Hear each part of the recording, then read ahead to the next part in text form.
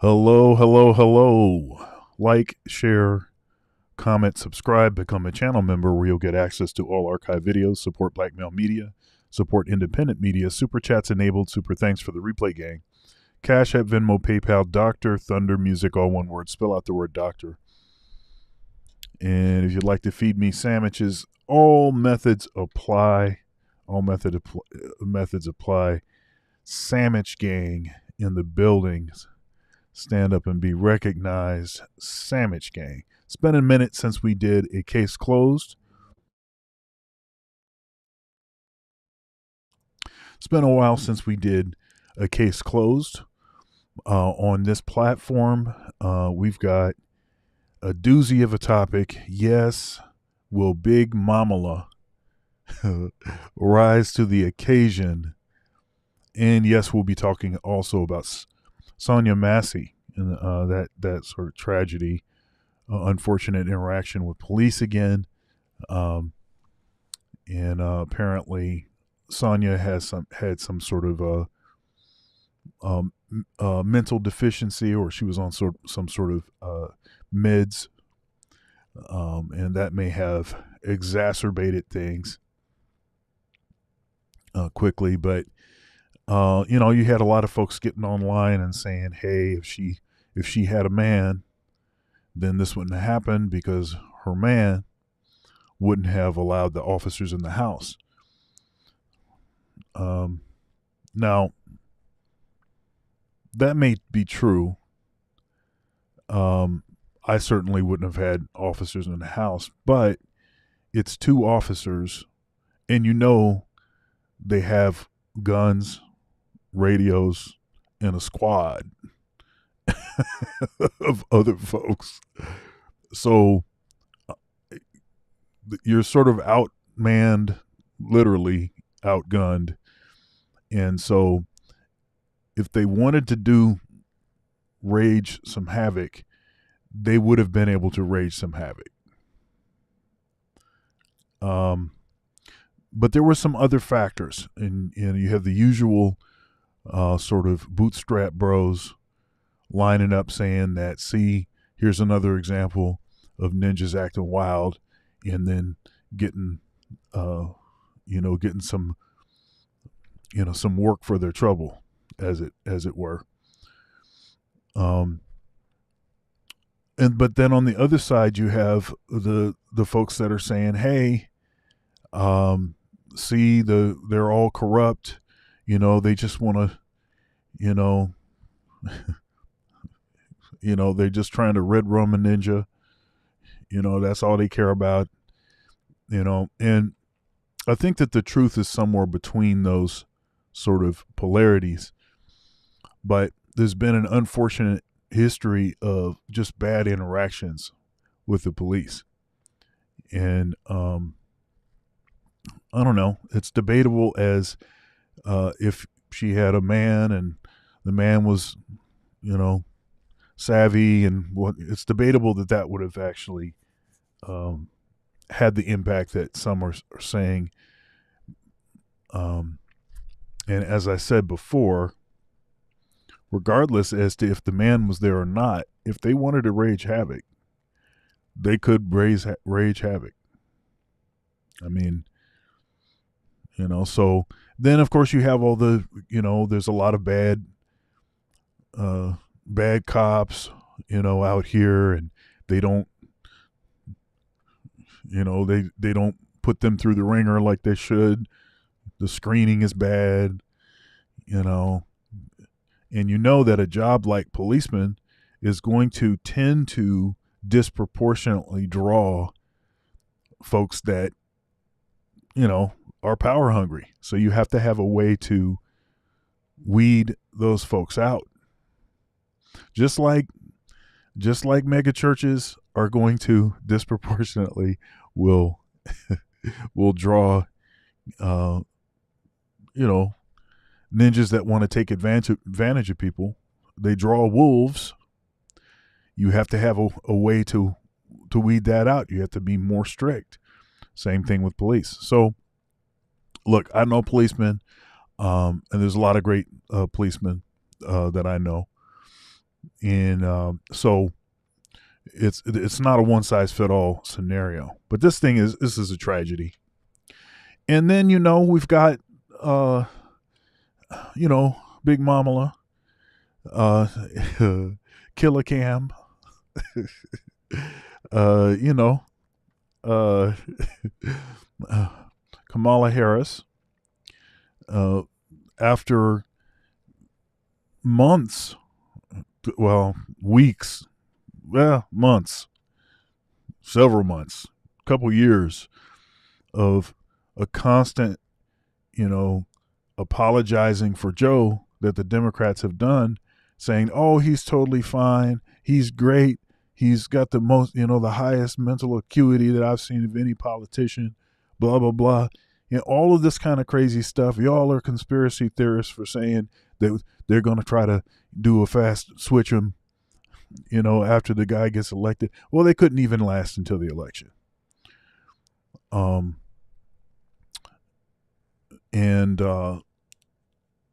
Biden just fading during the debate looked bad, and then the assassination attempt, fight.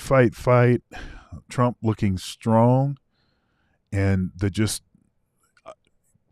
and people are saying, "Oh, that's not going to be a big deal. Oh, it's nothing." And a couple of days later, Biden jumps out the race. But then also, Big Mamala, Big Mamala. I'm only saying that because you're not supposed to go against Big Mamala. If you don't vote for Big Mamala, you ain't black. Well, she ain't black either, but anyhow, but anyhow, okay, all right. I'm having maybe a little bit too much fun here.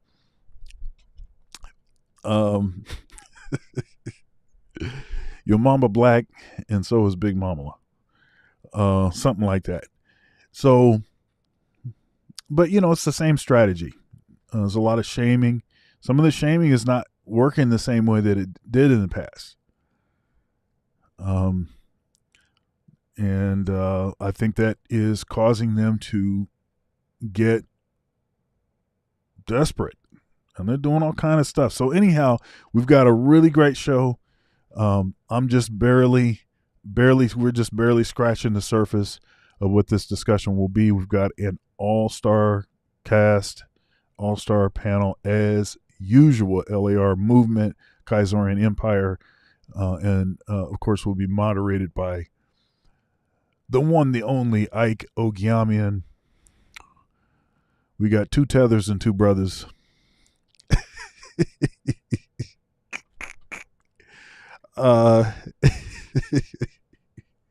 All right. And we're in a variety, a veritable cornucopia of skin tones in the building. So we're here and we're ready to go. And I'll see y'all later. Well, I'll see y'all later. I'll see you after the countdown. Let's go. Case closed.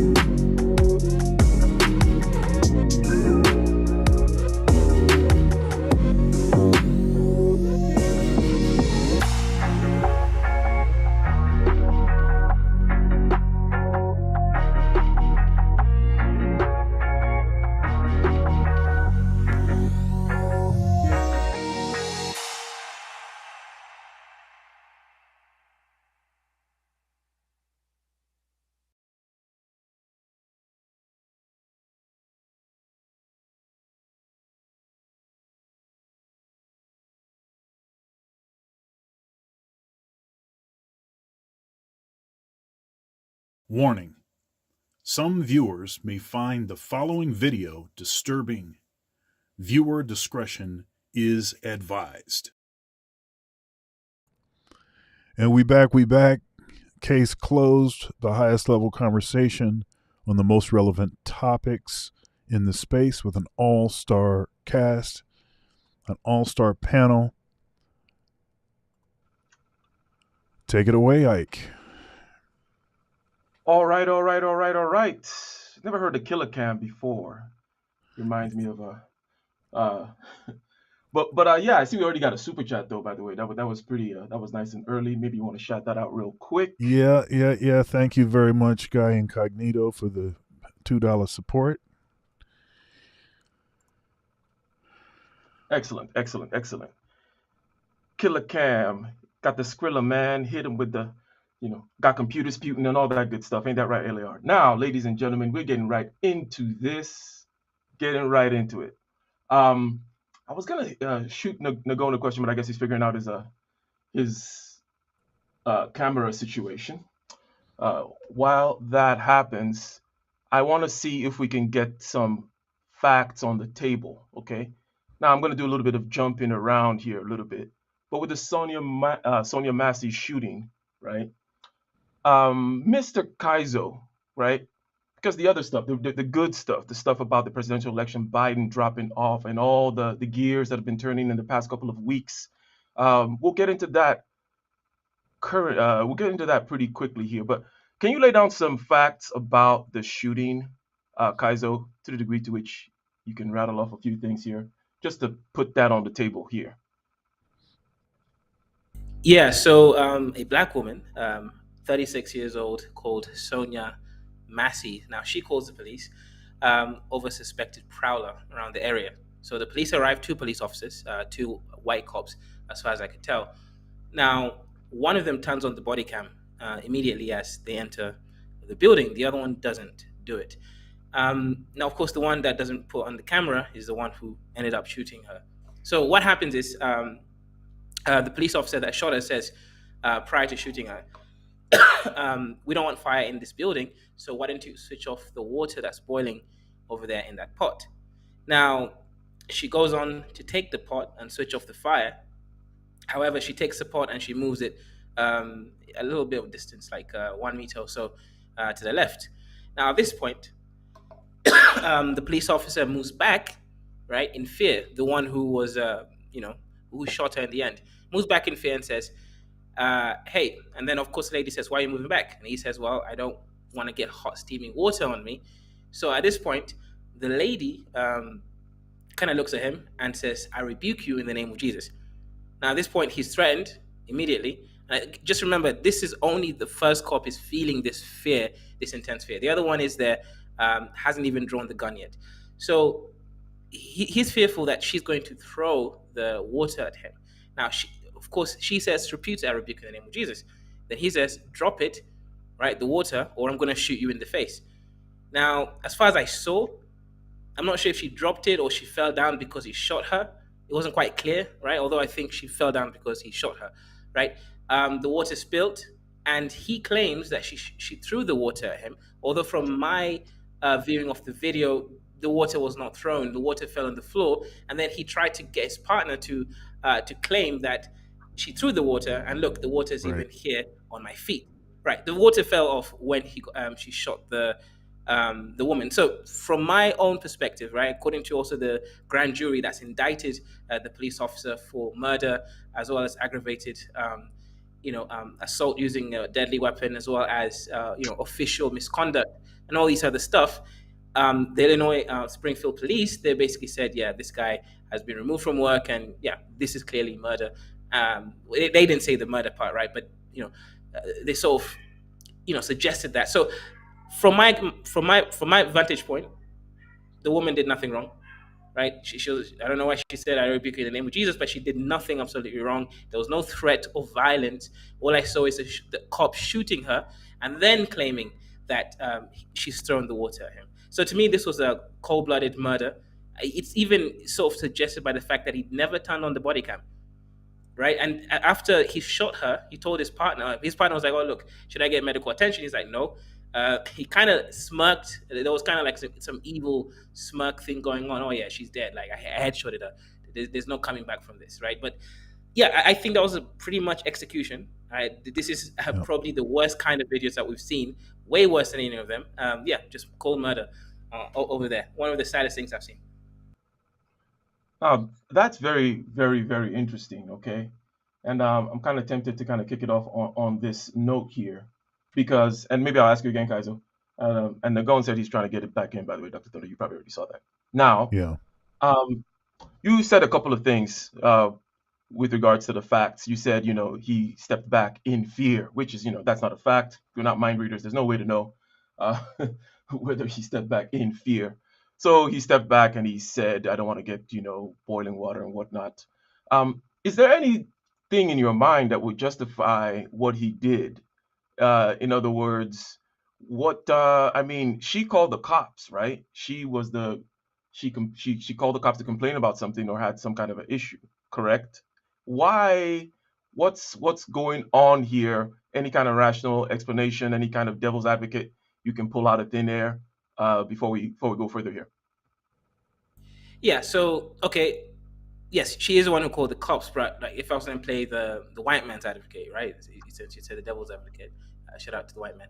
Um, Okay. but if I'm to become right, if I'm to become the white man's advocate here, I could claim that basically these things happen all the time, right? People call the police. However, just because they call the police doesn't mean they're not the criminals, right? These things happen on occasion. So if that's the case, and she is again fitting a description of the typical criminal, which is a black person, and the so-called prowler could actually be the origin of the home. Just because she was in the home and cooking in the home doesn't mean she's the homeowner. So from the white cop's sort of vantage point, well, I need to kind of confirm: is this the criminal or is this the person that really called us? And even if they are the person that called us, this person looks like a typical suspect. The suspect is never white, or rather, not white usually. But again, it's a weak argument, right? It's you go to someone's house, there is no threat of violence. Even if you claim you are the one who told the lady to go and touch the water, because of your fear of a fire. She basically complies to the T, right? And then you feel threatened for whatever reason. Then you ended up, analyzing someone in cold blood. I don't really see how the advocate here can make a case that will stick. Sure, they will make that argument, but you aggravated the whole situation. Everything was, created by your incompetence. The previous cop didn't even pull the weapon until much later, after the shots had already been fired, and you already kind of there getting all excited. You've killed someone, and yeah, I just don't really see it. I think this was a planned murder. The charges is actually first degree murder, right? I believe that this was planned. Again, every evidence suggests that you switch off your body cam in the beginning. You're hoping that your cop would probably not have switched his on, and then you could have kind of said, "Oh yeah, she threw the water at us," and even try to lie that she threw the water at you. So everything just kind of goes to show. I think this is murder, right? It's a Sean Grayson, white cop, probably was frustrated. His wife was cheating on him. Listened to White Manosphere too much, and unfortunately, Felicia ended up. All right. I should. I guess I shouldn't laugh given the general information that you're conveying, but that the last comment I couldn't take it. So, Dr. Thunder here, and you can comment on the facts that Kaizo laid out. But you mentioned something about some people talking about a man in the house, which is just reaching into the deepest part of some obscure drawer, in my opinion. It's like, oh, Yeah, okay, so now we need men in the house for you not to get shot. Like, it's really, really reaching, right? it's pretty But what low. what do you think was It's going a on pretty low bar. over? Yeah. Okay, what do you think? You comment on that a little bit more. Like, what do you think was going on there? Is it just pretty much people just wanting to just hate, or what's going on with that? And then also comment on why you think this cop did it. He went in there specifically just trying to kill this black woman or something like that. But first of all, what's going on with this talk about the man in the house, no man in the house? It's kind of crazy. Like, you have your daughter, she's not married and she's living alone somewhere. in a university town. She gets shot in the face, and you're like, oh, you see, she shouldn't have been single. But go ahead. Yeah. Um, and somebody put this in the chat. Uh, oops, I didn't mean to do that. 1 second here. Let me get him back in here. Okay. Yeah, somebody said in the chat that it's only black people that call the cops and then get criminalized. The cops show up, you know, and it's just it's too bad. It seems to be a default, but that's what it is. Um, Mm-hmm. I think that the point that some were trying to make as far as having a man in the house, um, I think there's a lot of folks that really it's very important to them to continue to make the issue the single by choice, the ninjas are dusty, and so I'm gonna be single. I'm on my celibacy journey because y'all is dusty, single mother by choice and all that. A lot of folks want to point at that, and I, I think it's a good thing to point at. It is bogus. It is problematic, and it is contributing to a lot of issues. But I don't necessarily think that this was the time to point at that. Um, and there was a clip going around of a woman, and she's a single mother. Basically, supposedly she had a come to Jesus moment. The Sonya Massey thing was a come to Jesus moment for her, but it's always framed like basically she needed a meat shield. You know, the man would have been a meat shield for her. So that's why you need a man. And it's like that's the so in no way is it like a high level discussion. It's not talking about the discipline and structure that a man brings. And when a kid is little, they may like their mother better than they like their father. But when they become of age, the impact of their father is going to be absolutely critical to their success. So it's just it's interesting. Mm-hmm. Mm-hmm. Mm-hmm. Is Nagon there now? Yeah, he's here. Yeah. So Nagon, if you can comment on, I don't know if you heard the facts that were laid down, or you probably already know the facts about this Massey case, right? So we're going to I start have a here a little question. bit before. I Wait, hold asked him on. if the shooter was. Sorry, go ahead. Go ahead. So Nagon, go ahead and make your comments here about what's going on in Texas, what's going on with this police department, why they would even think that this was something that they could get away with. The other body cam was on, as Kaizo mentioned. The other guy wasn't freaked out about the water or anything. You have backup. Yeah, maybe I mean, what the hell is going on here, Nagon? Ah, audio now. Uh, Okay. you have you Nagon, you have yourself muted. You have to unmute yourself. Unmute yourself. Should be put on a T-shirt. Shout out to Yeah, I was gonna KS. ask him if the shooter was Republican or Democrat. Oh no. Nagon, um, you've got yourself. You still have yourself muted. Can you hear me now? Yep, we can hear you now. There you are. What's happening? Okay, this is. How come you don't go with Zoom or something else or something else like that? What is this? I don't know. It's a little weird. All right. Anyway, we're good. What was I going to say? It's pretty racist stuff. I mean, this is standard in a lot of places. They tried to cover it up. The guy came in there with a bad attitude and um, didn't like the little black woman that he was encountering. I mean, that thing should have ended right at the curtilage of her house. saw that there was nobody there, and he could have just left. But they went into her home and decided to roust her in there just to some degree, and that was unnecessary. And I think she got stressed out. Um, and then he was in there pulling guns on her and blew her away. As we saw, she did have a pot in her hand when he told her to put the pot down. She did lift the pot up, and he shot her. Uh, all that was unnecessary. None of that needed to happen. And it was just anger. He was just angry because she made a statement to him like, "Hey, listen, I don't really, I don't like you. I rebuke you. You're in here. I'm looking for somebody who's maybe outside of my house, and you're coming in here asking me for ID and everything else like that in my home, and you're walking around here and put your hand on your gun. Man, get out of here. So told the animal to get on out, and he, and the savage came in there with a bad attitude and killed her. Now, mind you, this guy, this animal had been in quite a few.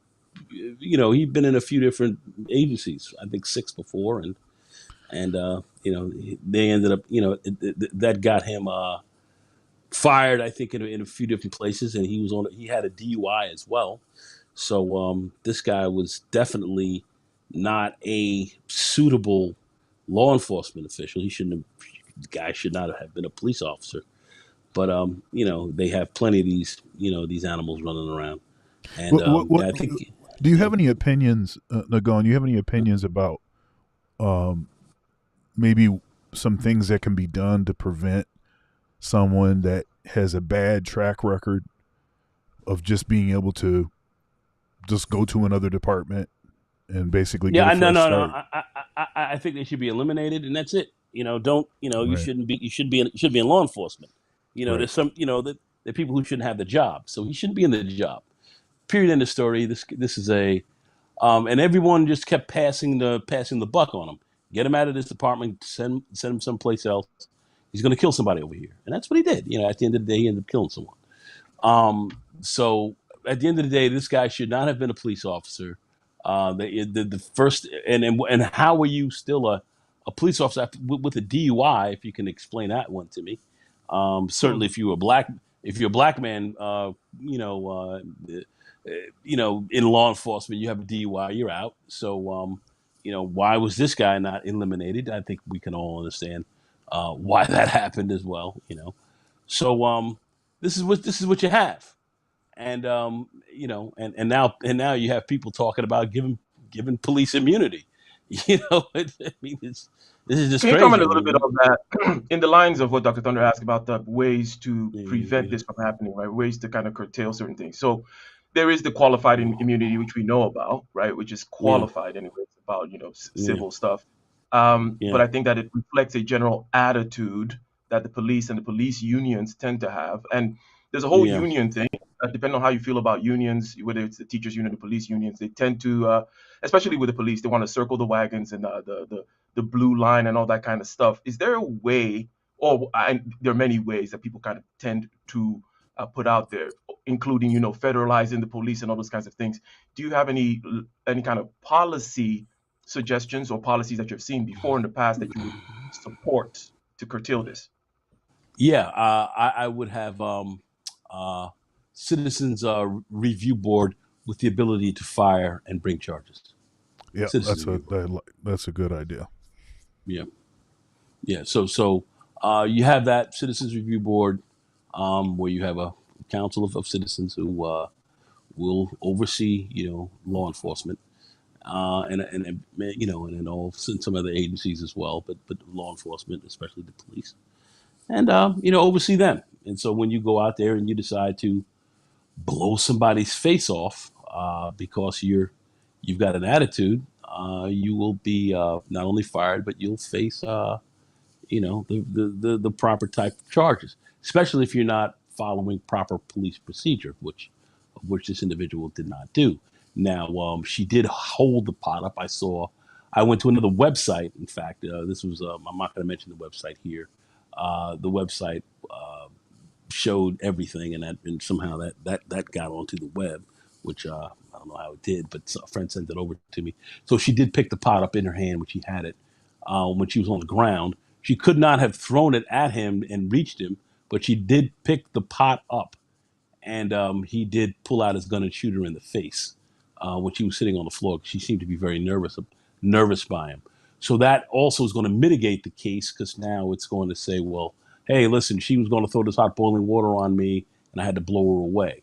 So all of that is going to be a factor in the case, but that will mitigate some of the circumstances of that case, where I believe where this would have been a pure murder case. Now this thing may get bumped down, depending on it. He's definitely gone. He's out of there because he did not handle certain police procedures properly, and they're going to bring charges on this guy, which I think he's going to get. But I don't know if second degree murder will stick, because the way the defense will try to spin that for him. But what goes against him terribly is the fact that he's had a lot of bad issues with other police departments, and was kind of passed down the line. And his record is is terrible. This man should not be a police officer. There's no way this individual should have been a policeman. Any responsible police officer would have questioned her in front of her house, did a preliminary look around, see if anybody was outside of her home, of which they knew that nobody was in the house. So once they didn't see anyone, if you hear anything else, please give us a call. Keep us aware, and left. That's how that should have ended. But it ended totally differently from the officer. I mean, there's just his inappropriate way of how he handled business. The woman should not have been killed.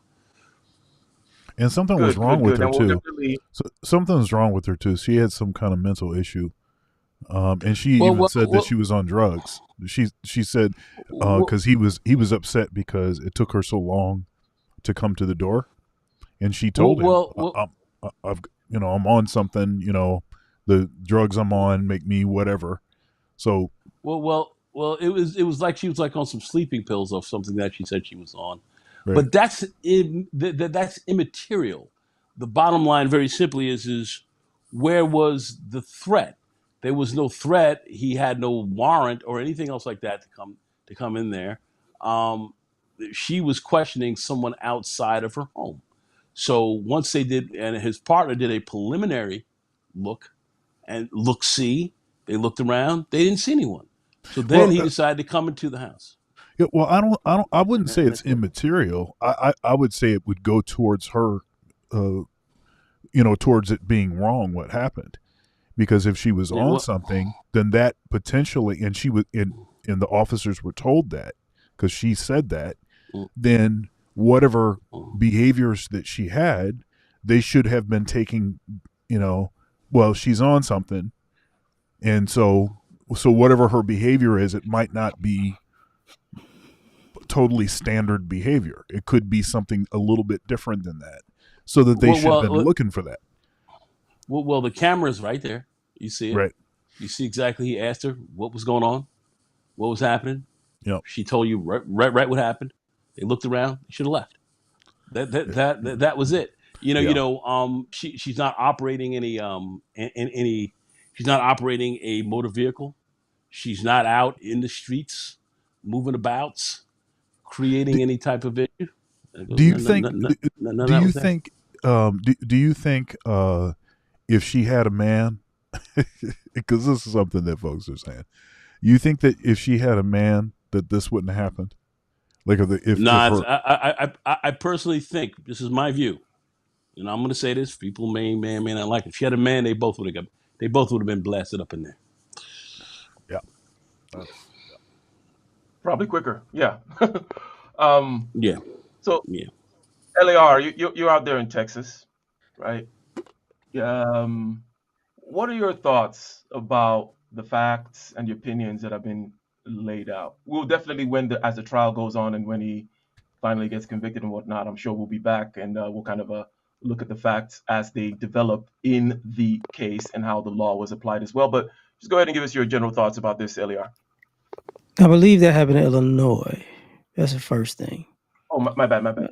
No, but this is just another. Let's try to give a white guy some grace and make a million excuses for him. Is he gonna go to jail? If he does, not for long. He's a cop.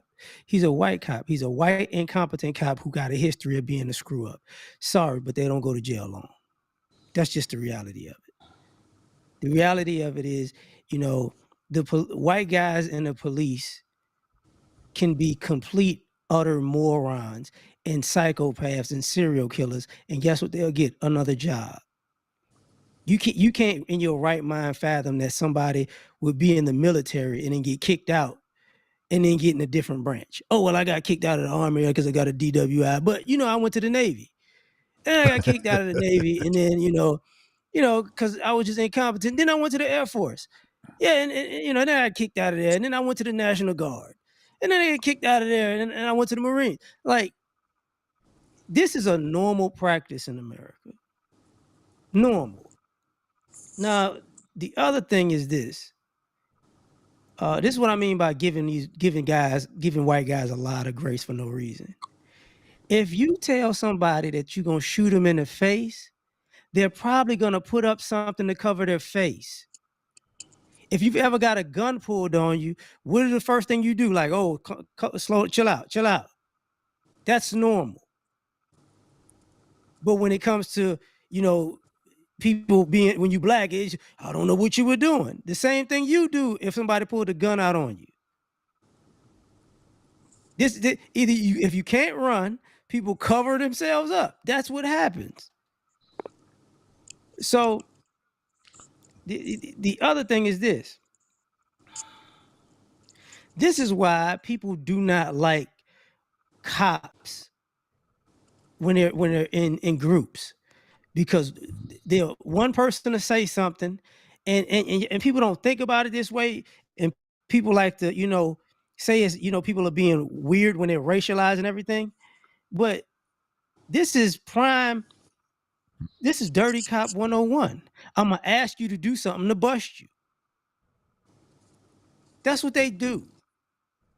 And as far as like the is it the worst thing?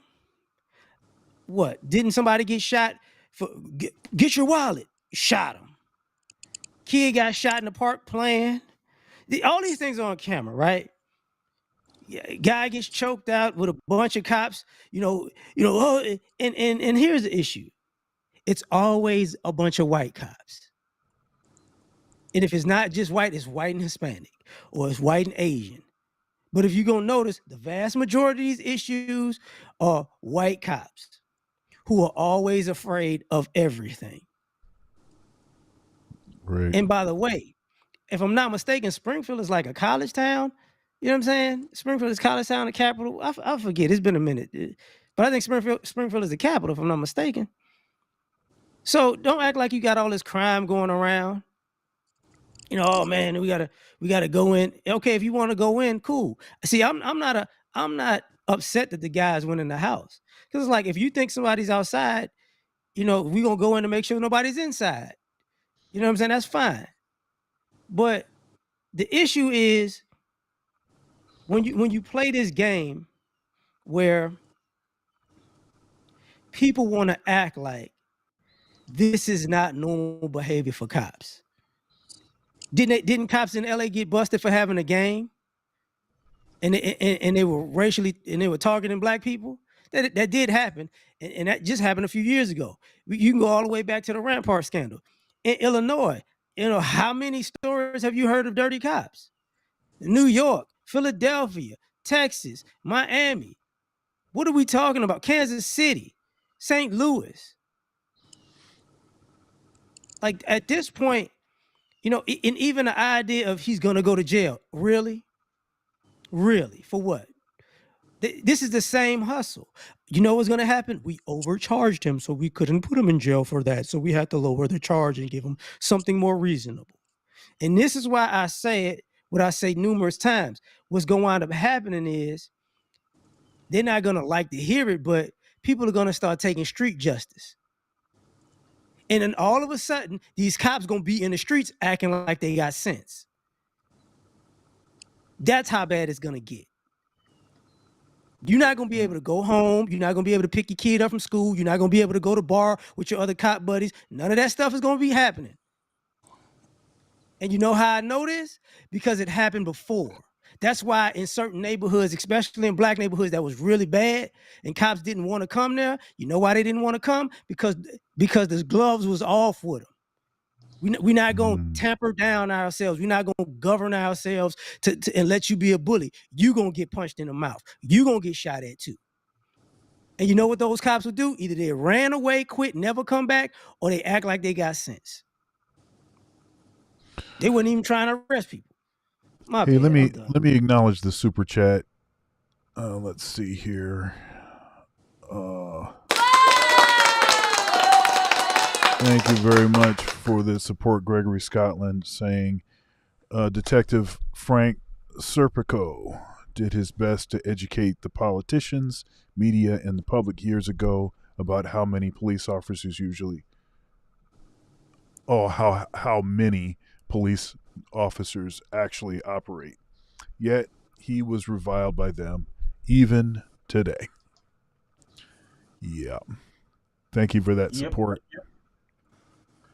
It's that blue line that we're talking about. And again, just a quick, there are many suggestions that have been given before, and maybe all this will come to a head and lead to somebody actually enacting certain policies and whatnot. But basically training, and by training I don't mean like, oh, let's give them implicit bias training and train them on how not to shoot people. No, I mean, if you train them better and pay them more, you'll attract better people, generally speaking, right? This goes to your point, Dr. Thunder, about possibly weeding out certain roughnecks, right?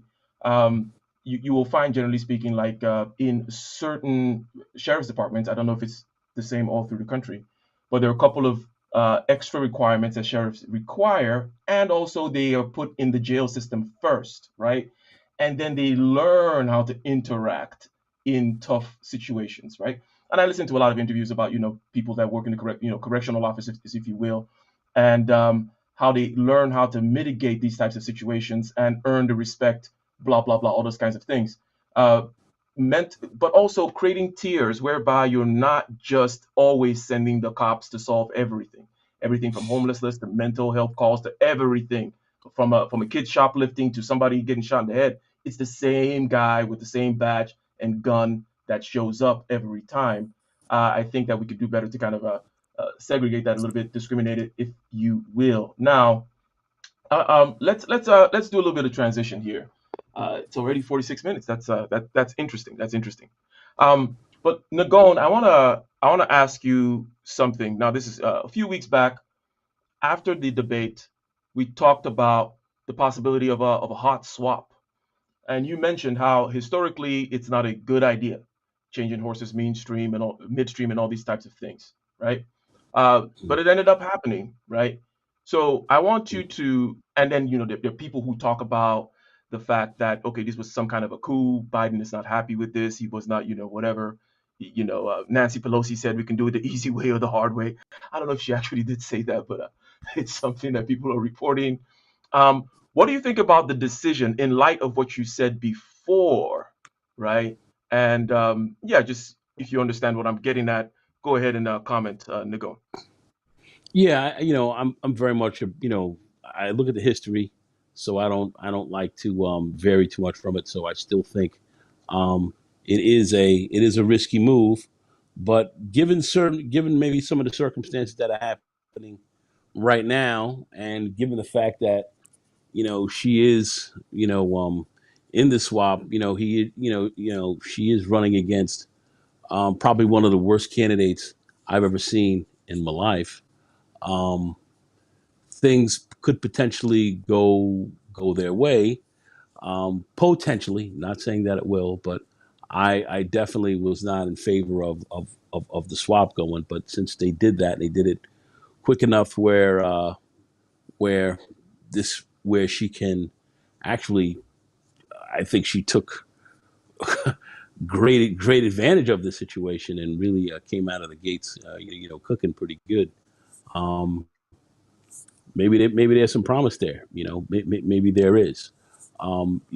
There's some very key factors that are in favor of the current party. As far as you've got an economy that has not fallen out of the out of the out of or fallen through the ground like it did with Trump or like how it did during the Bush administration when Obama got elected, the economy dropped. Those types of things didn't happen. Um, you don't have any huge major scandals or anything else like that. So the biggest issue you did have was people were concerned about the ageism of Biden. So now Biden's passed the torch. He's kind of passed some of that idea of incumbency towards her to some degree, not all the way, but some degree. So maybe they can take part of that, but all the other leading factors that keep a party in power are still in place. So that's why things are are looking maybe good for her, and she's closing the gap on Trump in some big ways in the key battleground states, as well as places like uh, you know, New Hampshire and Maine and these areas and some others. She's has grabbed some fairly decent leads already and hasn't even come out of the convention as of yet. So there's some so things are looking upwards. But my view is, I always feel when you make that drop, things tend to be bad. But maybe things could change here. It's a possibility. So there's some new So a stuff couple we're of seeing. There's some new stuff we're follow-ups seeing. here Go regarding ahead. the process, right?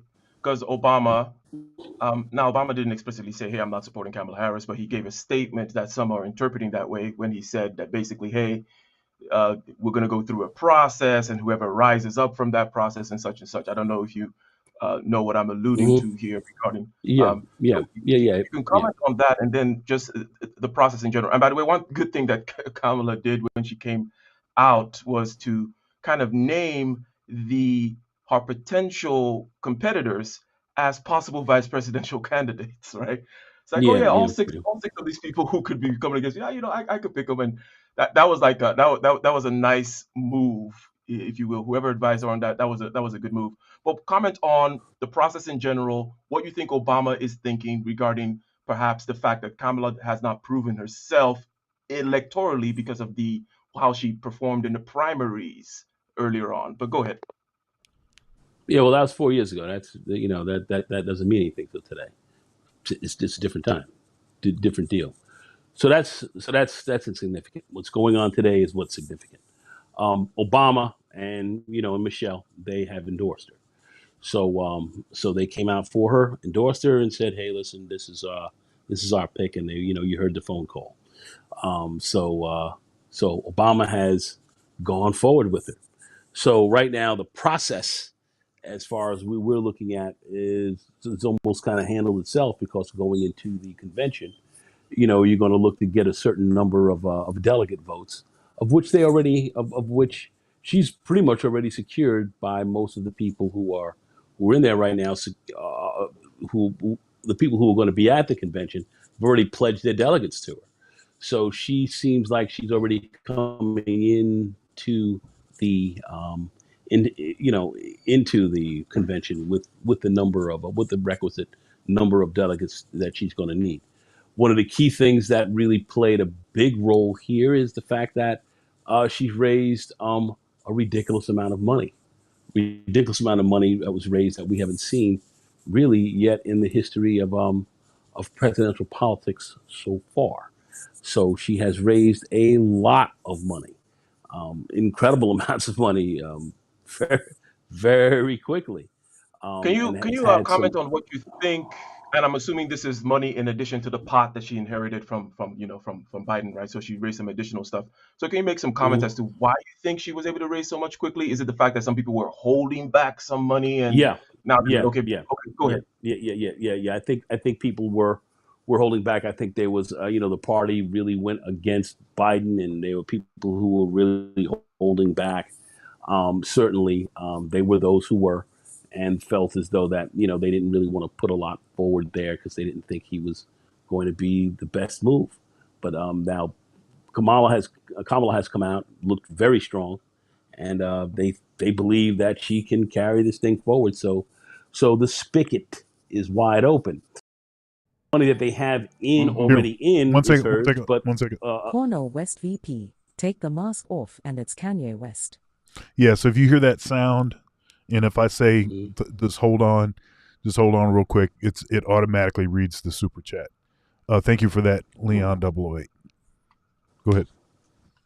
okay, it so since they already had that money in, she's raising new money. So a lot of people said, "Oh, that's money that was going to Biden anyway." No, these are people who were literally pledged money, and that's coming in on $5, $10, $15 donations. I've already donated quite a bit already so far, and you've had quite a few others who have done so. She's had some huge calls, Zoom calls, where she busted the internet basically with her Zoom calls. Over 150,000 people on that one, and and she did, of course, the one with the black man that was over, that was over 100,000 as well. And so she's got a lot of interest. So her rollout has been auspicious and has had a lot of support. So and the dollars are coming in, and the big money donors are going to be falling through as well. So, she is, the torch has been passed so far, as we can see.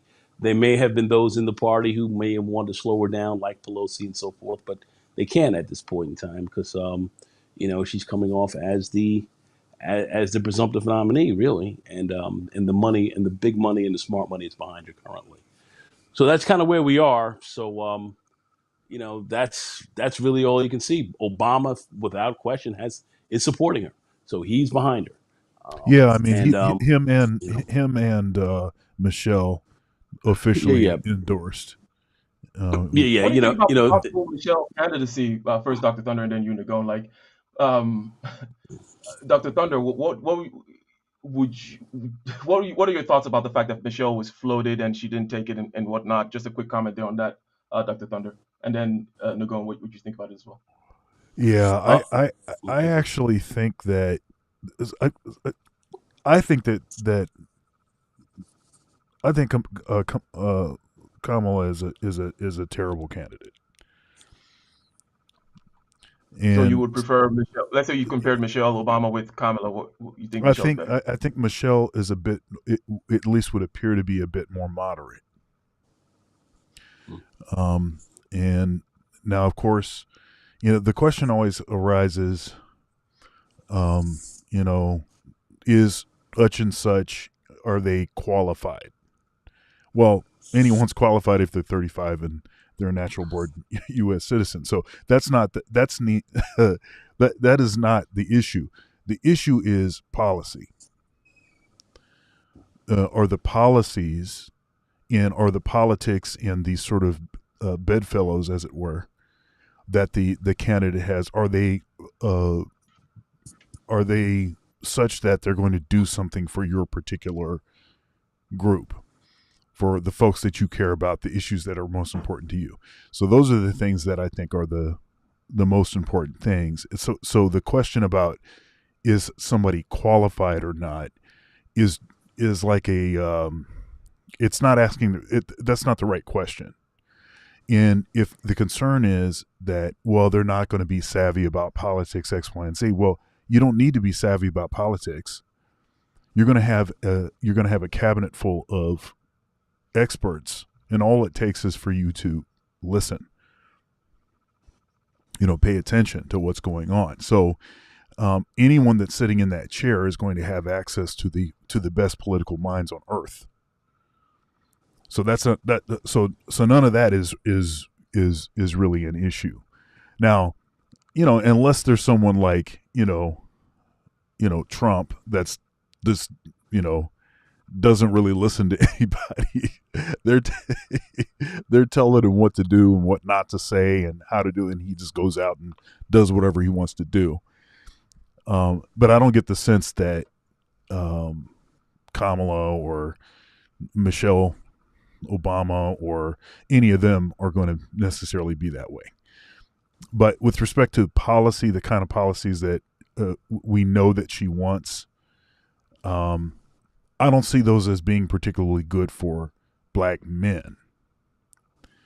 and that's, I think, is the sort of is the pushback. Of course, generally speaking, Democrats have done a pretty um, masterful job, terrible job of sort of dividing black men and black women, because there's a lot of policies that seem to actually suit many of the things that black women want, but black men and boys are still,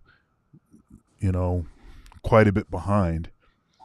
Um, so, but I don't know. Um, is she going to do? Is Kamala capable of doing the job? Yes, of course she is. Okay, I don't doubt that for 1 second. I just don't like her politics. Yeah. So Nicole, Anyway, all right. Michelle Obama versus Kamala Harris. Comment on that. Um, a non-factor. Michelle was never going to run. She wasn't going to be involved. She told you she wasn't. That's it. She wasn't involved in politics. Yeah, She but if wasn't you going. She entertain, wasn't. She but wasn't going to run at entertain, all. yeah, but at least entertain Uh, for the discussion. At least entertain the the she the was question. in my view. I really don't know. I can't say. I can't say on Michelle Obama's part. I can't Okay. say. I don't have requisite information on her to make a comment on that. She's never really gone into any of her policies or anything else like that besides backing up her husband. So that's it on that. As far as Kamala Harris is concerned, I think she can become a very good candidate. A lot of the initiatives that we've seen in this, certainly with Brothers Keeper and the other, and some of these other programs that have been involved with education and actually really helping, really helping Black people, which is of course going to kind of aid and help Black men. She's been a part of. So I can't, in all this anti-Black male and all the stuff that's there. It's just, this there's just not anything really there to really you fact check and all the stuff. It's just not there. But as far as her being being certainly one that I think will be a good president, I think she can certainly be that. If she gets in there and has the right people around her and really helps her to get through it. She's been a vice president, so she's seen how that works. Was very close with Biden, so she certainly understands how that process works in the White House. So I suspect, that she'll be okay. I know a lot of people don't like her because she's a Black woman, and that is going to be a factor with about 15 or about 10 to 15% of Black men that we've seen that are polling pretty much against her from the latest polls that I've seen. So Okay. So it's so It's it's closer to yeah, it's a very 20. on simple. that point, It's closer to 20%, but we know that No, no, no, mostly no. black. We know that I, black men. hold a second. I look at the polls very closely. Yeah, yeah. A lot of you guys are not even going to come out to vote. They're going to be those that are going to come out to vote. We're looking at about a good 10 to 15%. That's about what we're looking at from the latest polls that I've seen. And I don't believe we're going to see much more than that. Typically, as we see, I think the numbers have been overcrunched. A lot of people saying a lot of stuff, but I think that's essentially kind of what we're looking at. Yeah, no, I mean, Anyway, go ahead. I pay attention to the polls also. The polls that I've seen have been closer to 20%, but even with 20%, you're still Nah. talking about 80% of black men basically still backing the Democrat. We're definitely not going to see that, and definitely, with the call, and and some of us brothers were on the call the other night with Kamala Harris and 100,000 or so. There was a lot of black men are going forward because a lot of most black men are not stupid. They see the right wing, they see exactly what these guys really stand for. They see a lot of where they don't have any interest whatsoever being spoken about on the far right. And and a lot of brothers are just going to be black men are fairly practical people, pretty intelligent folks. So we're not going to really vote too heavily against our interests. with certainly Let me. those that don't have your interest in place, and there's no Yeah. policies that they have whatsoever Yeah, wait. in place Hold on, Nicole. Okay. to So address. so you're doing the We'll you're leave it at doing that. the.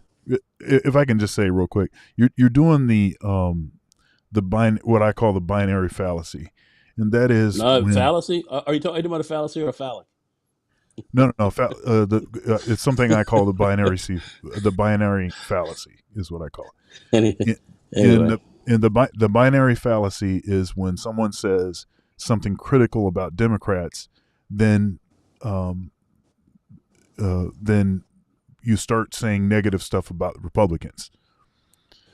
no, you have to Well, look at what do interest. the It's not a question Republicans of being have? Well, what do negative. the right wing have? But nobody said It's any. But the because discussion hasn't been. Hold up, the no discussion one has not. Yeah, no well, hold one up. talks about that. Hold on, No Nicole. one Hold on, talks hold on, hold on. about that. Okay, We got it. but Go ahead. that's what you just did. You said you think that black men are smart people, so if they're smart Yeah, people, then they're that's not going to correct. vote for Republicans. Uh, that's what you were saying. Well, Now, no. What I'm saying is black men are smart and they tend to vote closer to their interests. That's what black men tend to do. I At this juncture, I think people need to get ready for a new response to politics from black men in the black community. I'm not going to say it's going to be overnight, but let me rewind this by saying this. Since 1945, there have been 15 presidents. 6 of those vice presidents became president, but 2 of them came from an assassination in Watergate. So normally, when a vice president becomes president either immediately after or the next term, is because people saw something positive or something that was good in that administration, so they're willing to go with the next with that vice president. I'm not too sure at this juncture that people look at Biden as a president as a success. And that's really not any fault of his or Kamala's, or really even if I went back to say Mike Pence with Trump. The economy is just the economy. They ain't trying to fix it. It's only gonna get worse. So all this stuff gonna look like a failure. Well, But well, well, well, well, as what did the numbers say? What did the numbers say about the economy? What did the numbers say about job growth? What did the numbers say about GDP? What do the numbers say about GNP? What do the numbers say? What do they say? the number, Yeah, yeah. let me just say this: the people are saying it's unaffordable. The And people are just like saying and let me what? What preface people? this with statistics. hold up. Let, Let's let me let let me LAR preface go. Yeah. let me preface this with a rule of statistics. The very first rule of statistics is you can skew anything to make any point. So That's the red herring right there. That's junk. Okay, wait, You have to Okay. you have to So no, look no, at one it's more actually time. you it's have to look literally at let me true. lay look at down what a it says. couple of One more things. Let time. me lay down Let a couple of LAR facts. have the mic. All Yeah, right. Yeah, LAR Go. has the mic it's still, but let me LAR before you continue, right? oh, So here's the thing, and anyone can Google some silly word that somebody came up with recently. Some economists talking about what they call the vibeflation, right? So here's the truth. Like, speaking of just one number, because we're not going to get into we're not going to do macroeconomics here, which I listen to every day, and I know that we're not going to start pulling out charts and graphs and whatnot. But even if you look at inflation, which is an acceleration in the price increases, right? The people, whether the inflation is going down, the fact is the inflation is such that they're still complaining about the fact that prices are not what they were 4 years ago, right? So even if the prices were rising at 8%, last year or something, now they're rising less. Fact is, it's not going backwards. It's never going back to like the deflation thing, right? So when you ask the regular person on the street, they're gonna have an opinion that which has little to do with the numbers. Now, some people you can be smart and then show them like, hey, look, inflation is a fact of reality, right? And we are bringing it down, right? But it's still more expensive. Just wanted to say that just regarding one particular number, right? But go ahead and land your plane, LAR. okay. Like when it comes to all of this stuff, to me, it's just us as Americans forgetting yesterday quickly. Because like one of the brothers said in the chat, gas was $1.98 under Trump. That was in the fall. That summer, it was $3, $4, $5, $6, $7, depending on where you was at. That's going on every year, regardless of which president. Since really, Obama was in office. Since pretty much not after 9/11, that's been Bush, the right. general ticking Well, of actually, consensus. during G.W. Bush's administration, same sort of thing. So that's just and with that, every time gas goes up, the price of everything goes up because of transportation. But the political part, as far as like black men, here's the issue. I don't think black men in particular are looking at any policy from the Republicans or Democrat that is actually benefiting black men. This idea that we're gonna, if we do something for a black person, it benefits the black community. We've obviously seen over the last, we ain't even got to go 60. Over the last 20 years, that's not true. There's nothing that these people will do for black men.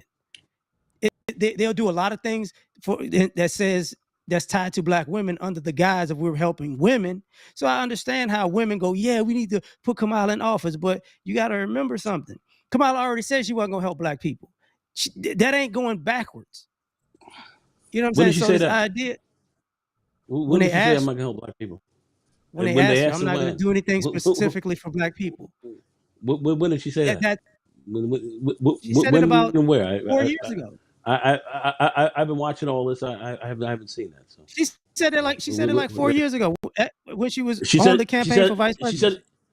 she said like 4 years ago. Where? Just where?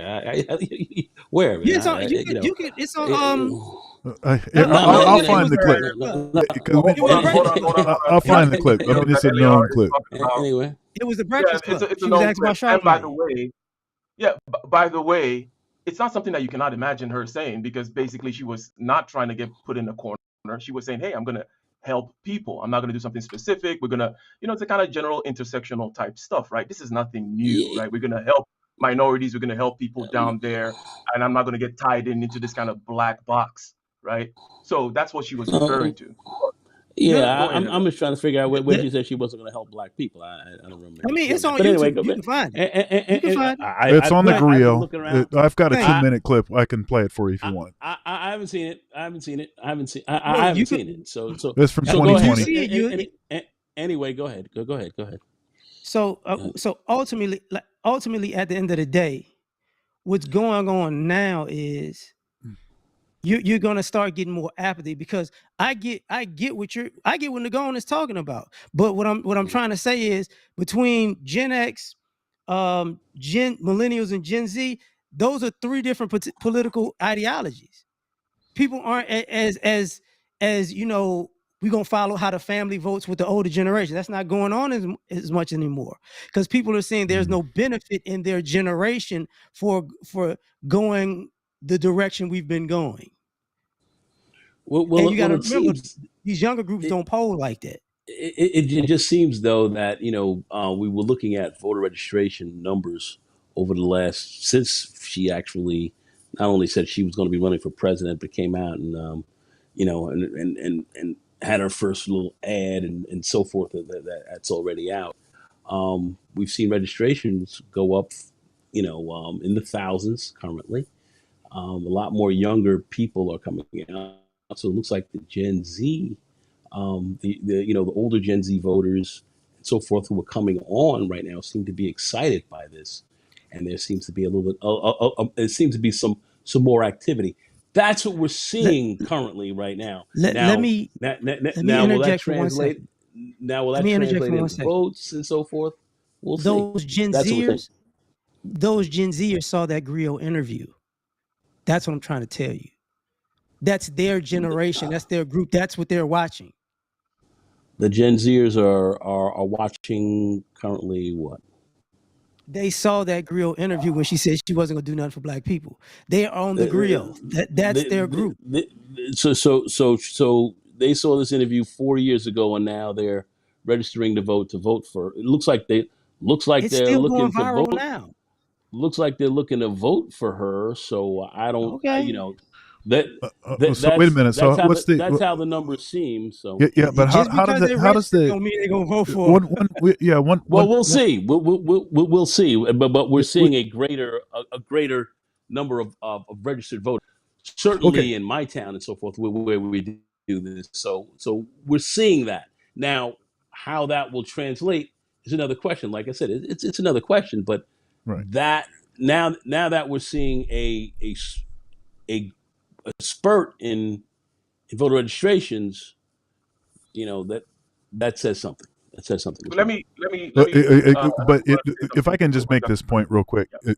if I can just Mhm. make this point real quick, so and I think LAR is more or less making this point. So you see more registrations. It could be a sizable portion of those could be like, we definitely can't have her. So I need to be registered to vote. Doubtful, because if people really don't want to be involved, they just sit on the couch. They don't do anything. They don't get involved.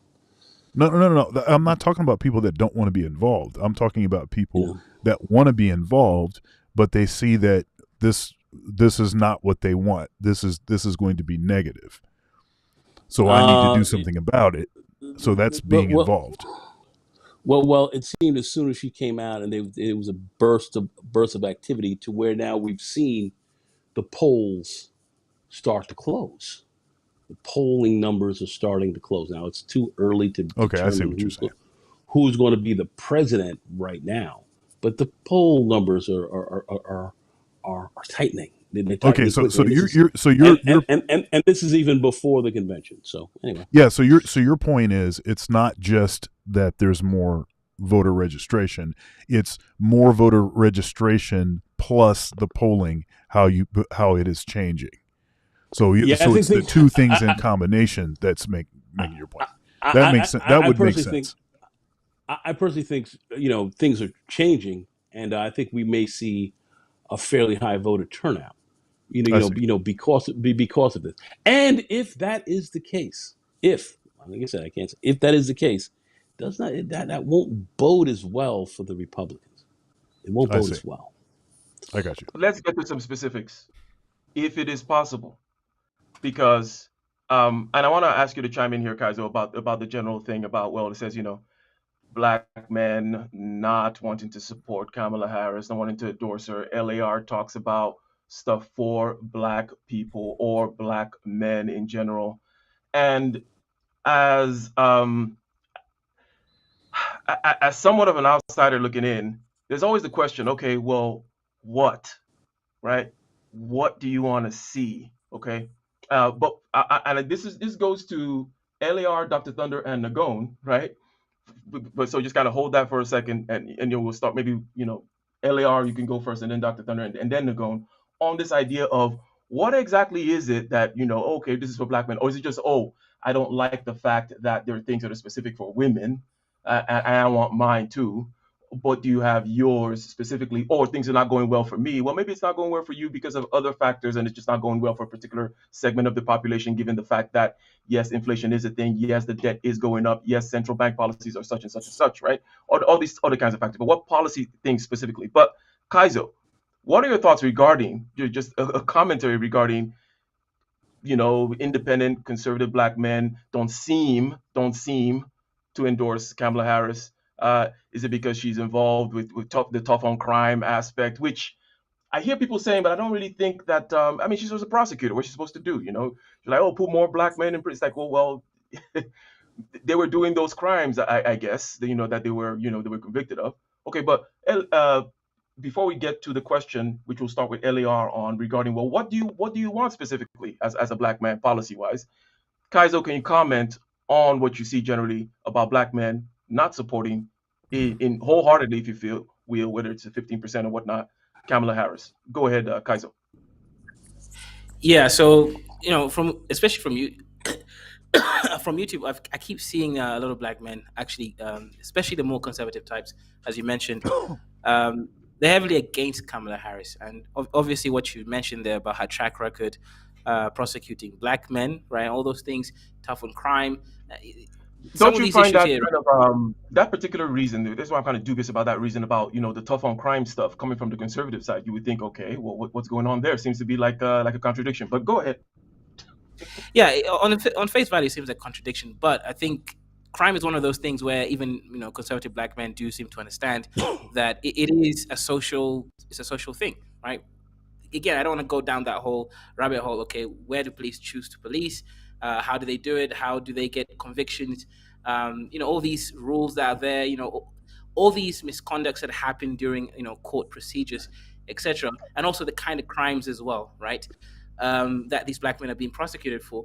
Some of them will think, look, we all want to be safer, right? No one's going to come against violent crimes in general. But I think even the conservative black men, they're kind of thinking, look, this is reducing our numbers as eligible black men in the community by putting us into prison for things, relating to non-violent offenses, and being tough on certain things does ruin the family. At the end of the day, black conservatives believe in a black family. So if you take fathers or potential fathers and you put them in prison, well, what you're doing is actually just ending up destroying the black family structure. So I think that's the main reason why they're kind of against it. Also, how support on abortion rights, and again, all these sort of pro-feminist agendas is going to go against a lot of the black conservatives.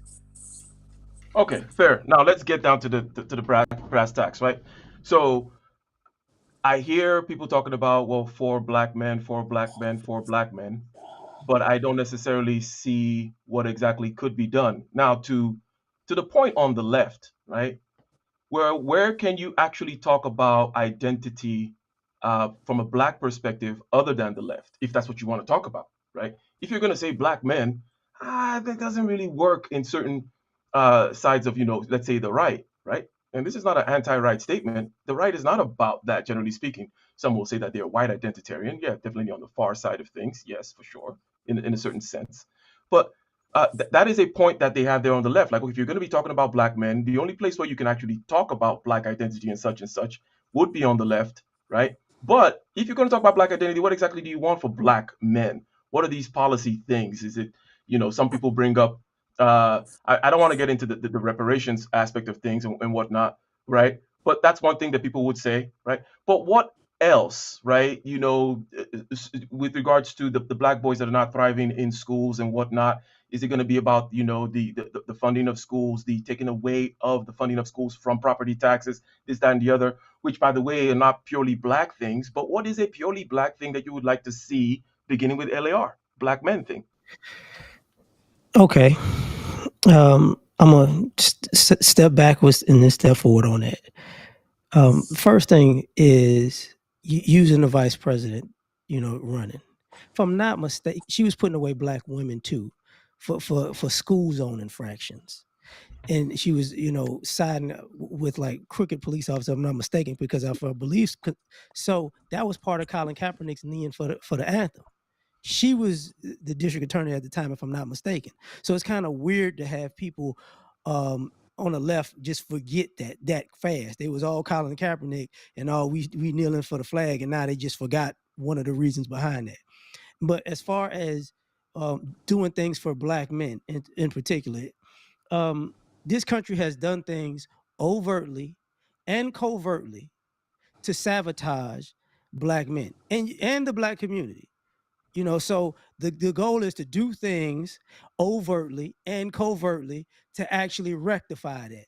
And what I mean is, this is the same country that still gives money to natives, and they don't pay taxes. It's the same country that gave Japanese people reparations. This is the same country that gave Italians reparations for getting lynched in Louisiana. This is the same country that helps immigrants, legal or illegal.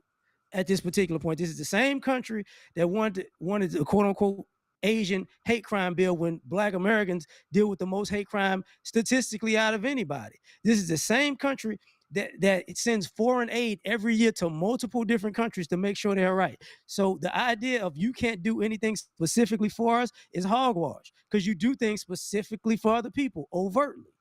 And on top of that, covertly, what you bailed out banks, you bailed out the car industry.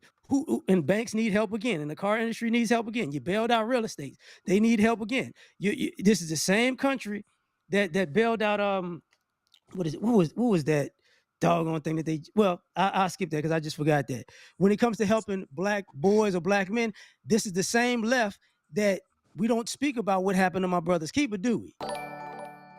We 1 don't. second. Yes. How can you trust a black woman with no children raising the white man's children? Damn, mammy ain't your mama, but she is the nanny, smiley face. Joking, relax.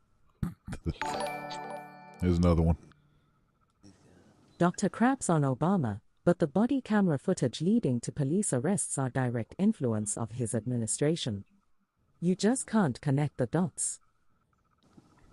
Thank you very much for that, That's a Sport good Books. point about Obama, actually. Yeah. But go ahead, Eliar. So when it comes down to policy, it's just do the same policy-wise for us that you do for everybody else. Because this is the same country that spent years of affirmative action knowing that white women were the benefactors of it. That's covert 84%. to help out white people to help out white people again. So we're playing these games as if, we just can't do anything specifically for black people, but you could specifically do things for everybody else in this country and outside of this country, covertly and overtly. So, like I said, it's rubbish. But the other thing about that is, I think Black America looks at this situation as in two aspects. Yes, we're going to have to start saying more what we want all the time, because they're going to have to respond on both sides. You know what I'm saying? And on the other thing is, I don't think Black America looks at. So we got Obama in office, who really showed how his disdain for Black America, and he's not necessarily a Black American. And then we got Kamala running as vice president, who's already shown her disdain for Black America, and she's not really a Black American. So it's like, we'll rather have somebody from here whose family is from here, because we've seen how this works already. So that's my point. We had a Kenyan, we have a Jamaican. Don't worry, we have a Nigerian coming up next before you get yours. I'm just kidding. Mr. Dr. Thunder. Regarding the specifics, right? Regarding, what can be done overtly for black men, and it doesn't have to be overt that it says, okay, black people on the bill, because you do have to pass it, right? But what can be done that you would say, well, this is a good bill. I would vote for this. I'm down for this platform, and it will help black men and boys. Go ahead. Yeah, this is a complicated question. It's not really a one point or a couple issues that we could raise. If you want specific points that black men are that they would like to see, then Dr. T. Hassan Johnson has his 19-point political agenda.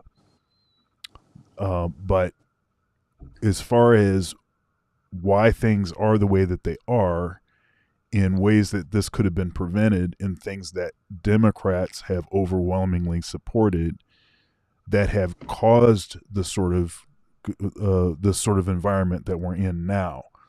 All of the embracing of all the intersectional stuff, all of the embracing of the strong, independent, don't need no man, all of the rainbow stuff, all of that stuff, what it has done, the way that it functions is, even in a case of DEI, all of that stuff is piled on top, and the last people that get considered are the black men and boys. All the stats show this. All the clamoring for BLM, though BLM was actually advocating for dismantling of the nuclear family, and it was a movement that was for and by lesbian black women, but because of the marketing of it, which was, it's hard to argue against Black Lives Matter, because if you say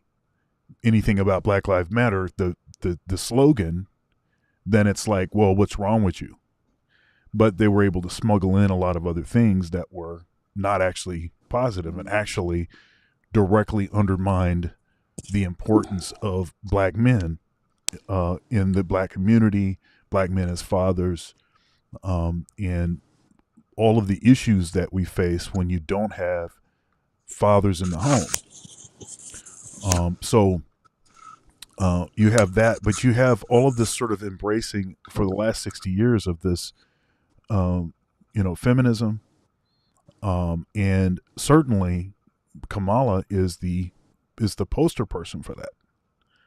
She she benefited from all of that, and she's used all of the same strategies to get where she is, that in many ways have been, toxic to what has worked well in the black community. I mean, when you have women basically deciding to disproportionately, focus on their career rather than on raising their kids, and rather than partnering with a good man in the community, rather than doing that, waiting until the ninth hour, and then they need IVF, and then, by the way, the media is going to come after you for saying anything derogatory about women that are single, and them disproportionately having some sort of say in the in the public square. Well, you don't want them to have the most say in the public square. You want people that have families, that, parents with children. You want them to be the ones that are steering most of those politics, because the family is the centerpiece. So there's a lot of things that you used to be able to find more, what I would call more moderate Democrats. They used to call them blue dog Democrats.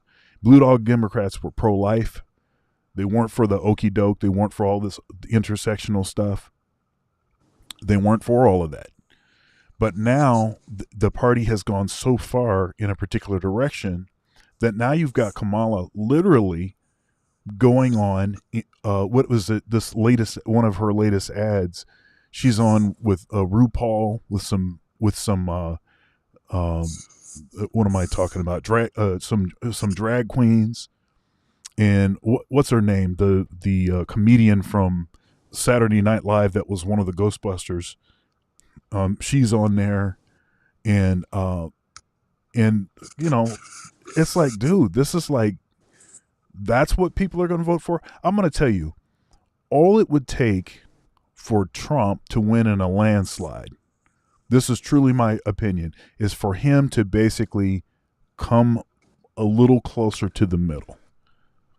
Some of the sort of pretty outside stuff that he tends to say, if he can wrap that stuff, if he can bring that stuff in a little bit and come a little bit closer to the middle, he'll win in a landslide. Because the stuff that they have to act like they're proud of in support, like the Ho vote and the Pookie vote and all of this kind of stuff, it's just like, come on, man. That's and I'm a Christian, and part of my issue with the Democrats, and I'm a fan of caucusing with whoever's in power, so you have to deal with whoever's in power. So I would go do work with the Democrat. I would try to find some things that we could work on. But the reason that I have a hard time voting for them is because I can't, holding my nose and going in to pull the lever. I can't quite make it to pulling the lever, because there's just too many things that are in the way. And it would be one thing if I knew that they supported some things that I wasn't for, but they weren't constantly putting it in my face. Stop putting it in people's face. If Democrats want to win, they got to stop putting this stuff in people's face. And all it is going to take for Trump to win is just to come a little bit closer to the middle because they're going to keep putting that stuff in your face. Uh, big Mamala is going to keep putting this in your face all the way until the end. So Okay, so let me say something here if I go to Nagon from a practical point of view, one and this second. is okay.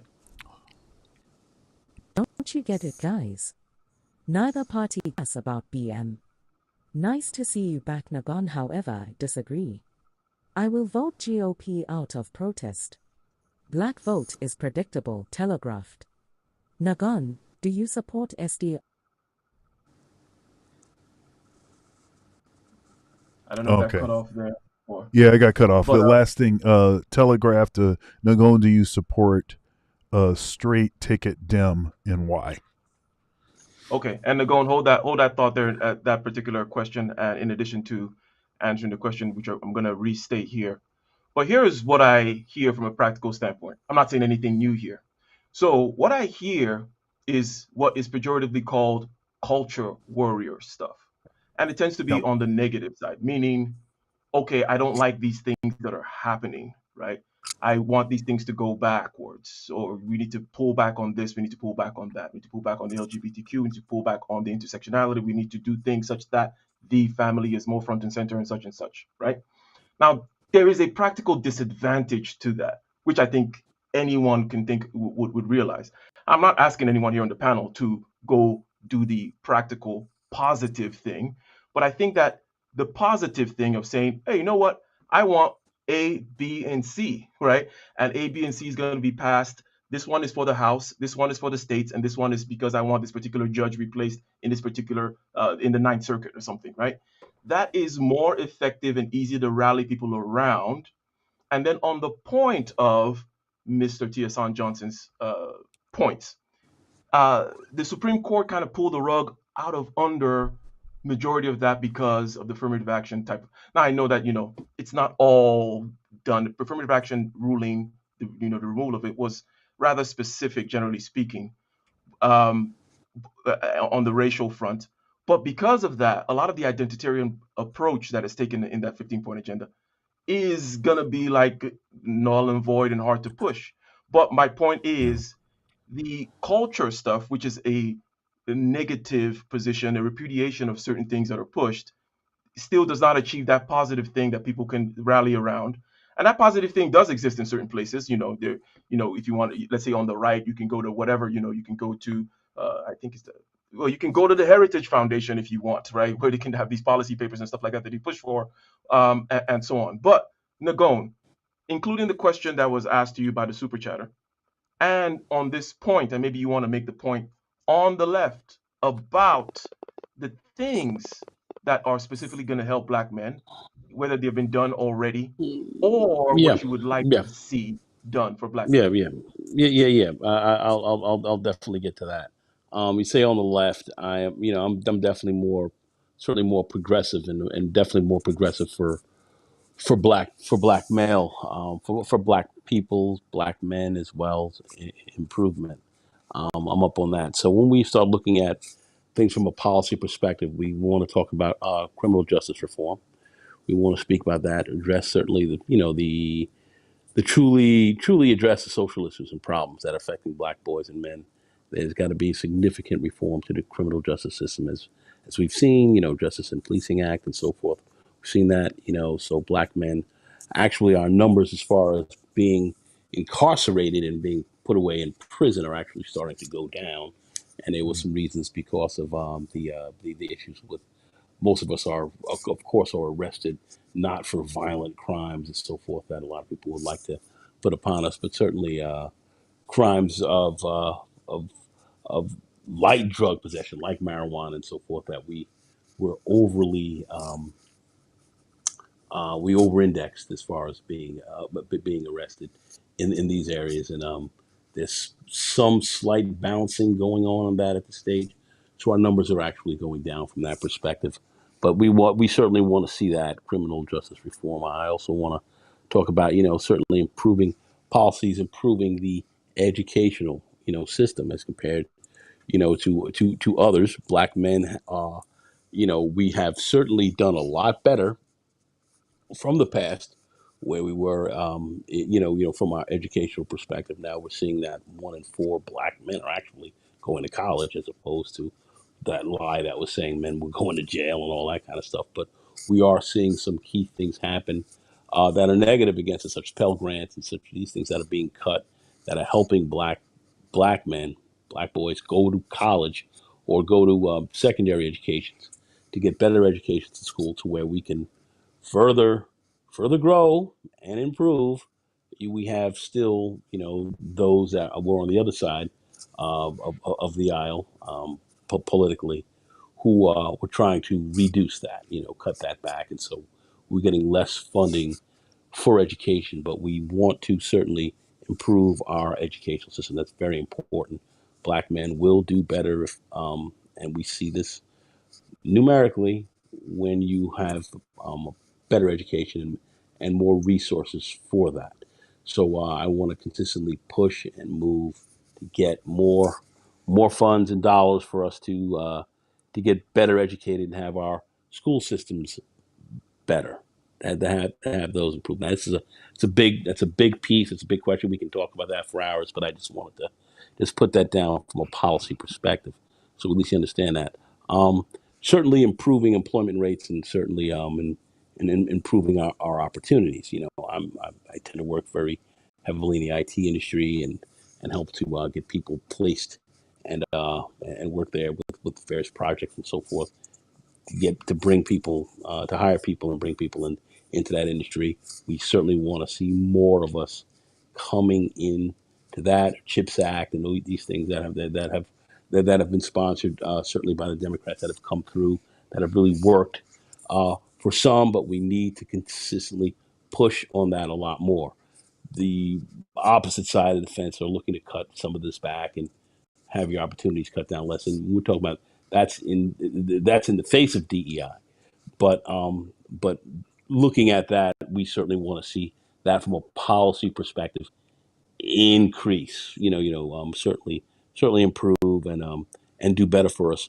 That will directly impact black men, black boys, and so we can have greater participation rates in the in the labor force, mid level, higher, and even in the lower force, because certainly our earnings are less than, let's say, white males, and there's some reasons for that as well, that just not only just go beyond what your skill set is, but certainly how you kind of bought in and getting, the you're not getting potentially at certain rates the equal dollars. So that's a factor as well. But we certainly want to really concentrate on that, as far as uh, black boys improving our employment rates, improving our opportunities, which is also depends upon education and other factors. Very important. We want to see that from a standpoint of policy. Um, we still have to consistently talk about, with black men and black boys. We want to talk a lot more and stay close to our mentorship programs, such as Mentoring Alliance and so forth. We want to see a lot more. Our Brother's Keeper, and so forth. We have that right here. City of Yonkers, we had, Obama and these guys come through and really embrace a lot of what was being done in the school system here for our Brother's Keeper, which was, we had a dinner actually last year on that with some of our dignitaries here in the city over that, speaking very, very glowingly of how that was really working and impacting, that community, the community, where a lot of young black kids and Latino kids were involved in this as well, but certainly really help to improve education and experience, and going to get some of these kids greater opportunities as they continue to move forward, because of mentorship and school programs like this that we need to have. So mentorship programs, very important. We want to see more of that coming down the line, and we can get into that deeper, but certainly that's something that I would think would be very important from a policy perspective, Yep. specifically for us to certainly involve ourselves in a lot more. And people can talk about, certain areas of they can talk about reparations and so forth, which which is which would be helpful as well. I would like to see that, from a standpoint of helping out black men and boys as well. Something that would be helpful to us as well. Reparations, of course. I'm very much a big supporter of that, so I will bring that up. But if we're looking at things from a policy perspective, this is kind of what I am. Where I would be coming from, trying to deal with this question more directly. Um, and um, and of course, when we look at place-based policies, we start looking at black households, you know, being more prosperous and so forth. We do see quality schools, less access to jobs, social networks, healthcare, and all these factors. They all they all come together. They all kind of congeal there. But policies that really look to address these issues critically are very important to us. So I want to certainly talk about that and look at how that will affect us from behavioral issues, lower educational attainment, lower earnings, and so forth. We're looking at these things. We want to certainly improve on these issues, and policies that would come about to help to aid and abet those situations positively is something that I would want to see that are definitely going to affect the community better and affect black men a lot more, and boys, of course, um, a lot more positively. So that's really kind of what I am, what I'm really looking at more from that standpoint. As far as us being involved in crimes and all these, these ultra negatives that they really apply to black people are not really that accurate. They're not that accurate. The numbers don't really reflect as badly as those want to say who want to come out here and speak more negatively on that. In fact, we're not nearly as bad as what a lot of people would like to say, but the programs and so forth that I think we need to really support our community and our youth and black youth especially um, are important. When we start looking at also programs, I think somebody mentioned something about um, uh, the Asian act, and all that. When we look at that whole program, blacks were involved in that as well. We're part of that. In fact, that was very interesting. I saw Roland Martin actually read the bill and broke that whole thing down right on his show, and it just broke it because a lot of people didn't read the bill, and it really sat there and showed you just it wasn't something specific just for Asians, but it was had Asians included where you were black people. We were very much included in a big part of that as well. So it wasn't anything that left us out where somebody else was getting something and we weren't. So and he read that and it kind of debunked that whole that that whole myth of they wrote this Asian protection bill to protect Asians but not to protect us. No, that was not true. But anyway, just want to kind of put things in perspective there. But from a policy based issue, this is what I'm more or less really looking at to greater effect black boys and black men in the overall. We have some programs that are working well right now that are moving forward that people don't even want to acknowledge. But some of these other things, I think we can even go deeper on, and I would like to see some more of that, come down as well. So hopefully that answers the question. Now, as far as the other issue that this that the one who super chatted, The gave only you super one chat. John is the guy's name. Okay, the only one John, yeah, who did the super chat. Do I look to vote Democrat straight down the line? I really look at where a candidate kind of stands in their positions. So that's more or less how I really look. I consider myself to be a very sophisticated voter, understands politics quite well. So I look at how people kind of vote, and I look at the regions and so forth. What's really important, going on there. So I wouldn't say I would go straight down the line, but given some of what I've seen from the other side and the MAGA thing and all that. I'm not certainly supporting MAGA at any level. So are But you going to vote third party or Republican for anything, or is it going to be straight Democrat? That's what the question is. it all depends on when I look here and I look here locally and where I see some things going on, because there's some judges here in my area and so forth who I like who actually are Republican, and I see. they actually happen to be black, that I've actually helped out, so I probably will support one or two of them. And even the Republican Party that doesn't like them, they kind of from the old kind of centrist Republican kind of party deal. But some of the stuff that they're talking about is making some sense. So that will it'll certainly be dependent upon that. But I What, usually like to vote interest as opposed to just simply party a lot of times. But you know, given some of the changes that we've seen on the national scene, you know, um, okay, so that will alter my opinion on things as well. if I could ask you this as a follow, so you were talking about old centrist Republicans, not these sort of rabid, MAGA far right, whatever kind of a thing. Do you acknowledge that the Democratic Party has shifted quite a bit and is much more left? The general Democrat is further left, especially on these sort of social reengineering sort of issues than they once were? Or do you see the Democrats as basically the Democrats are still the same and it's just the Republicans that have changed? I think there's always been a little change with certainly with both parties. I think we've seen the Republicans certainly go very far right. They swung very far right where they have are trying to actually turn back many of the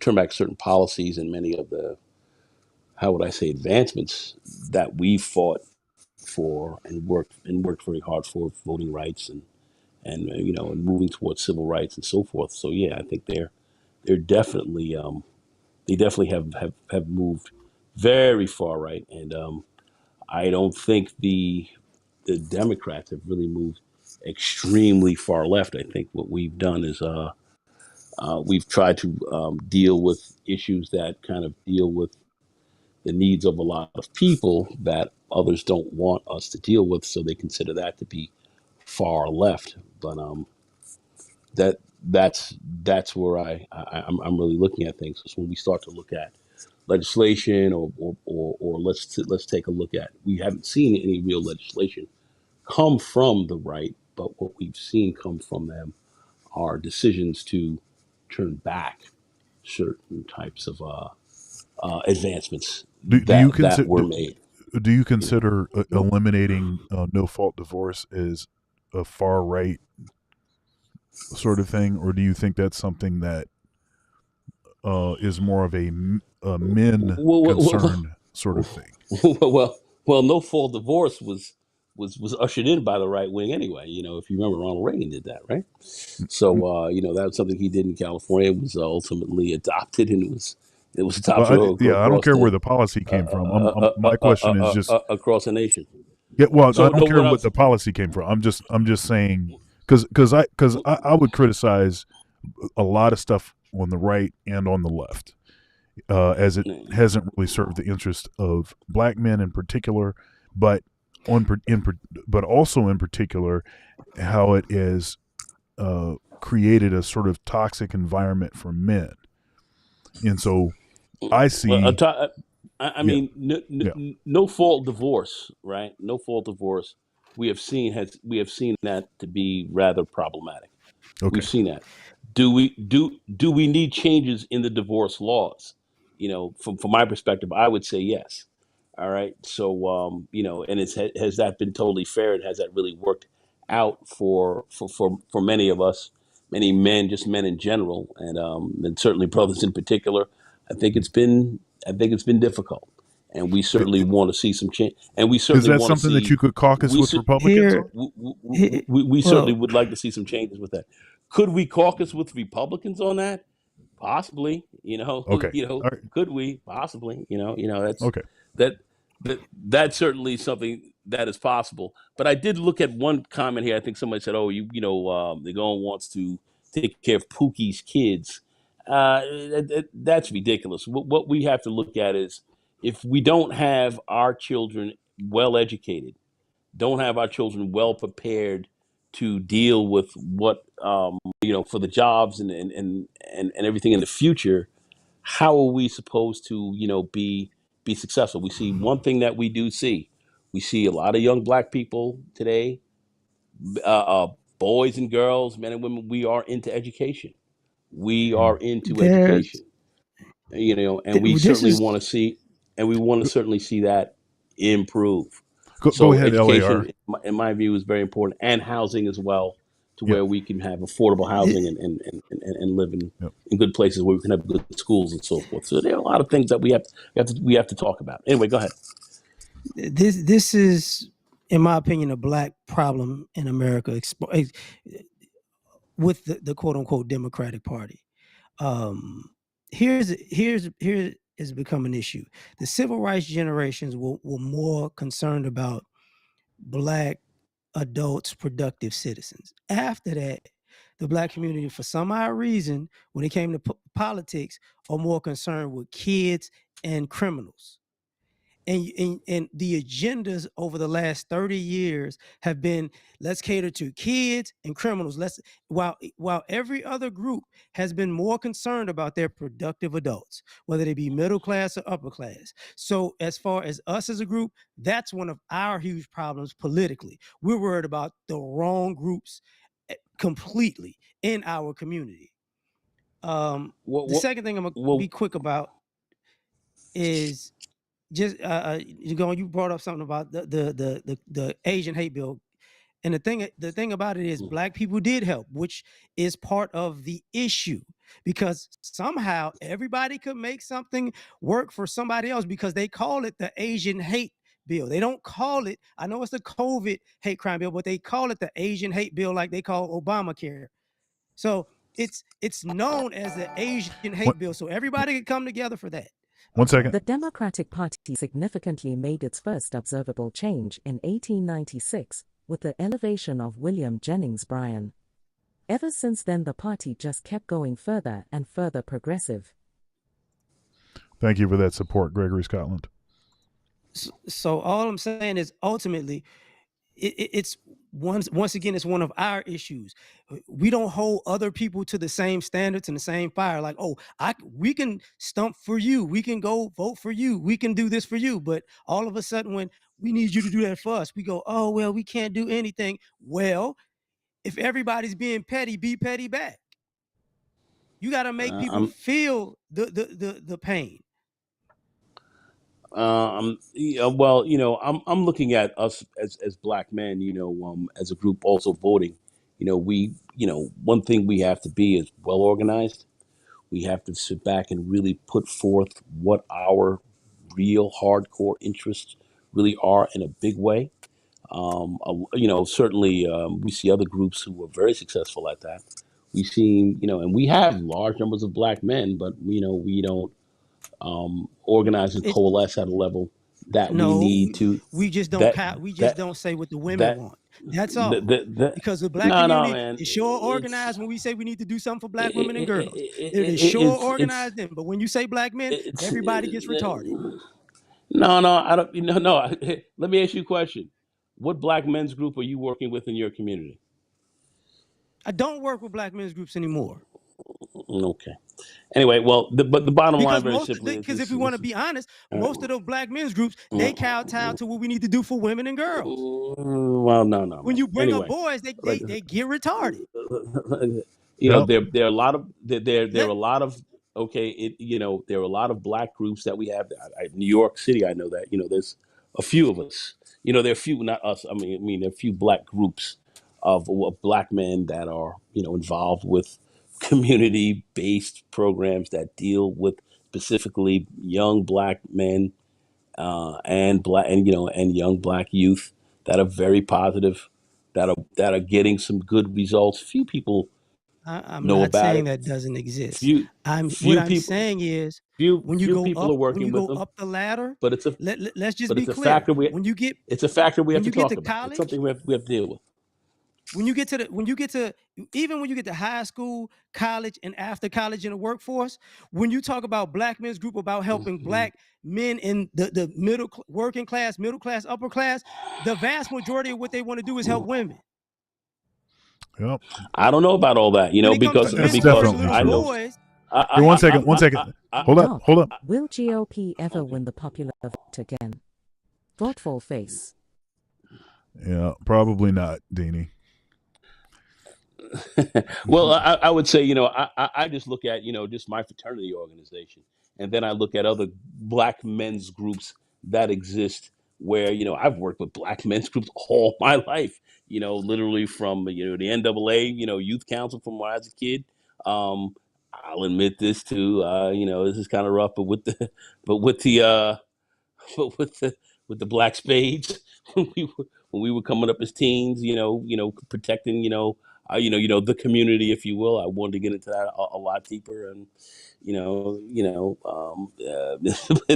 and then of course Alpha Phi Alpha, and then so on and so forth. So we've got a lot of Black groups that are around that men that are working together, but a lot of look, others and many others aren't. So we have to look at that as well. And I'm not going to really argue with you in any deep level here. I'm just saying that we have to organize. Black women do organize pretty well. you're Um, you right. know, I get uh, it. and But even if when you and talked and about the and, Divine and, Nine, and, you and know for other a groups fact, work out very well. you know for a fact, even in the Divine Nine, the men will work to help the women while the women are just working to help the women by themselves. I don't know Yeah, I mean what you're talking about. it's the same dynamic. I don't It, know. I hold don't up, know what you're hold up. talking about.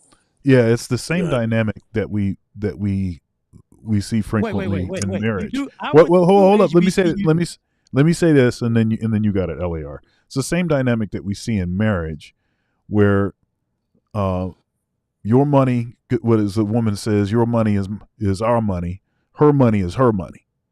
It's the same sort of dynamic that you see in sort of organizing.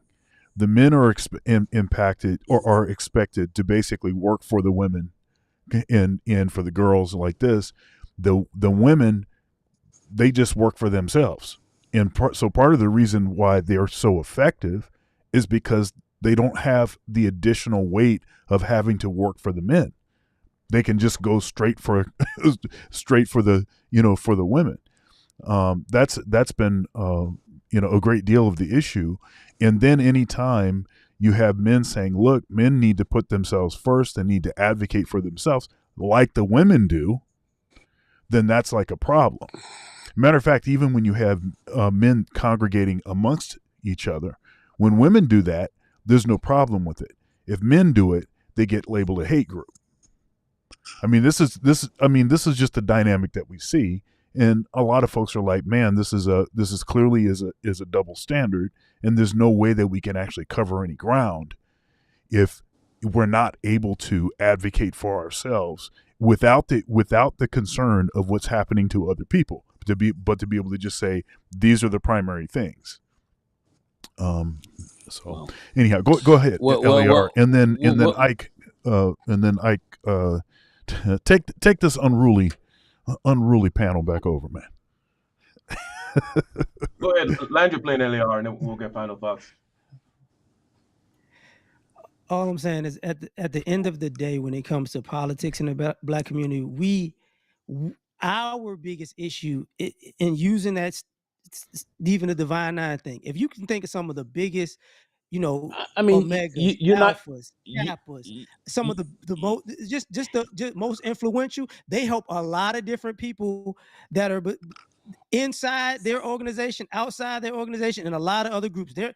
But these other people don't do the same. So all I'm well, saying is when it comes to us as a you, community, you, when it comes to the you know, Black men you know, specifically, we're expected to help you know, everybody except us, you know. while No, everybody no, else is no, going for no. self. We help ourselves. In fact, many of us help ourselves quite a bit. It's just that we would like to have more support, more people involved. Just like you have people who get Oh, involved in their church groups and so forth.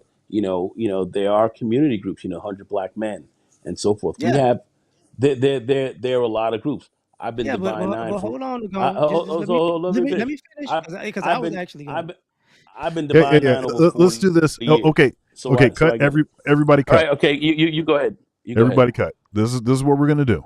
We're gonna do LAR with no interruption, complete his thought, and then I take back over. Oh, and wait for the super chat. Hey Nagon 11, are you a Black Queen supporter? Can't put black men first or critique those black women, right? Gregory Scotland coming for you. But That's some of just the but that's some chill of the out, dumbest chill shit. out. I'll let you look, That's some chill of the out. dumbest shit I've heard. All Look, right, go look, ahead. man. I'll let you comment, but just wait. Let's go LAR and then I take back over. I'm gonna just say my final thought because I know we've been going long or whatever. At the end of the day, like we were talking about a second ago, if the church has men and women, let's just use the church. If the church has men and women, the church is going to come together, men and women, to help the women's program, right? Or the women in and outside of the church. The church is not going to come together for a men's program specifically, or help men outside of the church. They're not going to do that. And that's the same issue that goes on in education, in college. That's the same issue that goes on in business. That's the same issue that goes on in just life in general, because the way our community set up is going politically that way. Because when it comes to men in general, we go, hey man, we got all these bills. We need to help this group. We need to help that group. We need to help that group. But at the end of the day, when they say help those, okay, the black men, we need to help them. Nah, I can't do it. Nah, I won't do it. Nah, we got bigger things to do. We got more important things to do. And when it and the hypocrisy is when it comes to helping black men, this is why I said what I said. You want to help felons and children, which means two people that the government already taking care of. Because when you're in school, they're taking care of you in the school. And when you're in jail, the government's taking care of you. So ironically, there's no real help in that scenario. It's just So let's do let's kick the can until you become an adult or a productive adult in American society, and then we're gonna act like we don't know you. You're so done. so when we're looking to get men into job training programs, we're looking to get men into tech and so forth. These are guys who are in jail or kids or whatever.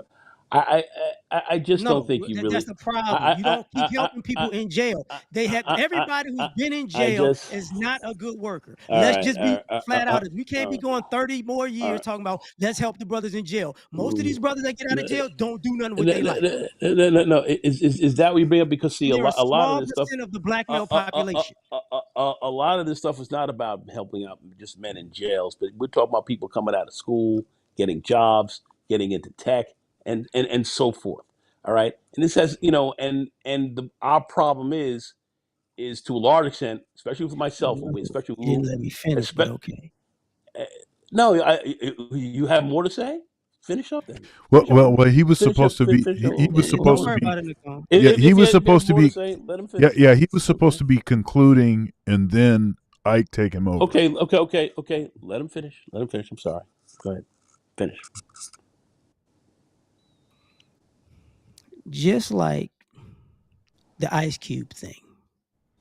We're gonna help the black community, and you in that debacle of, well, black women are different than the black community.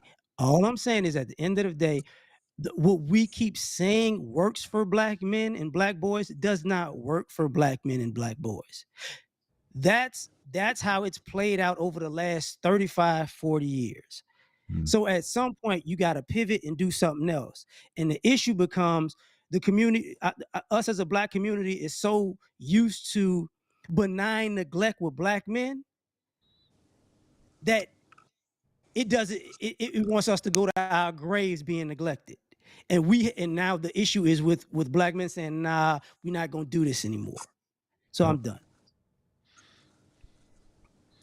all right, Ike.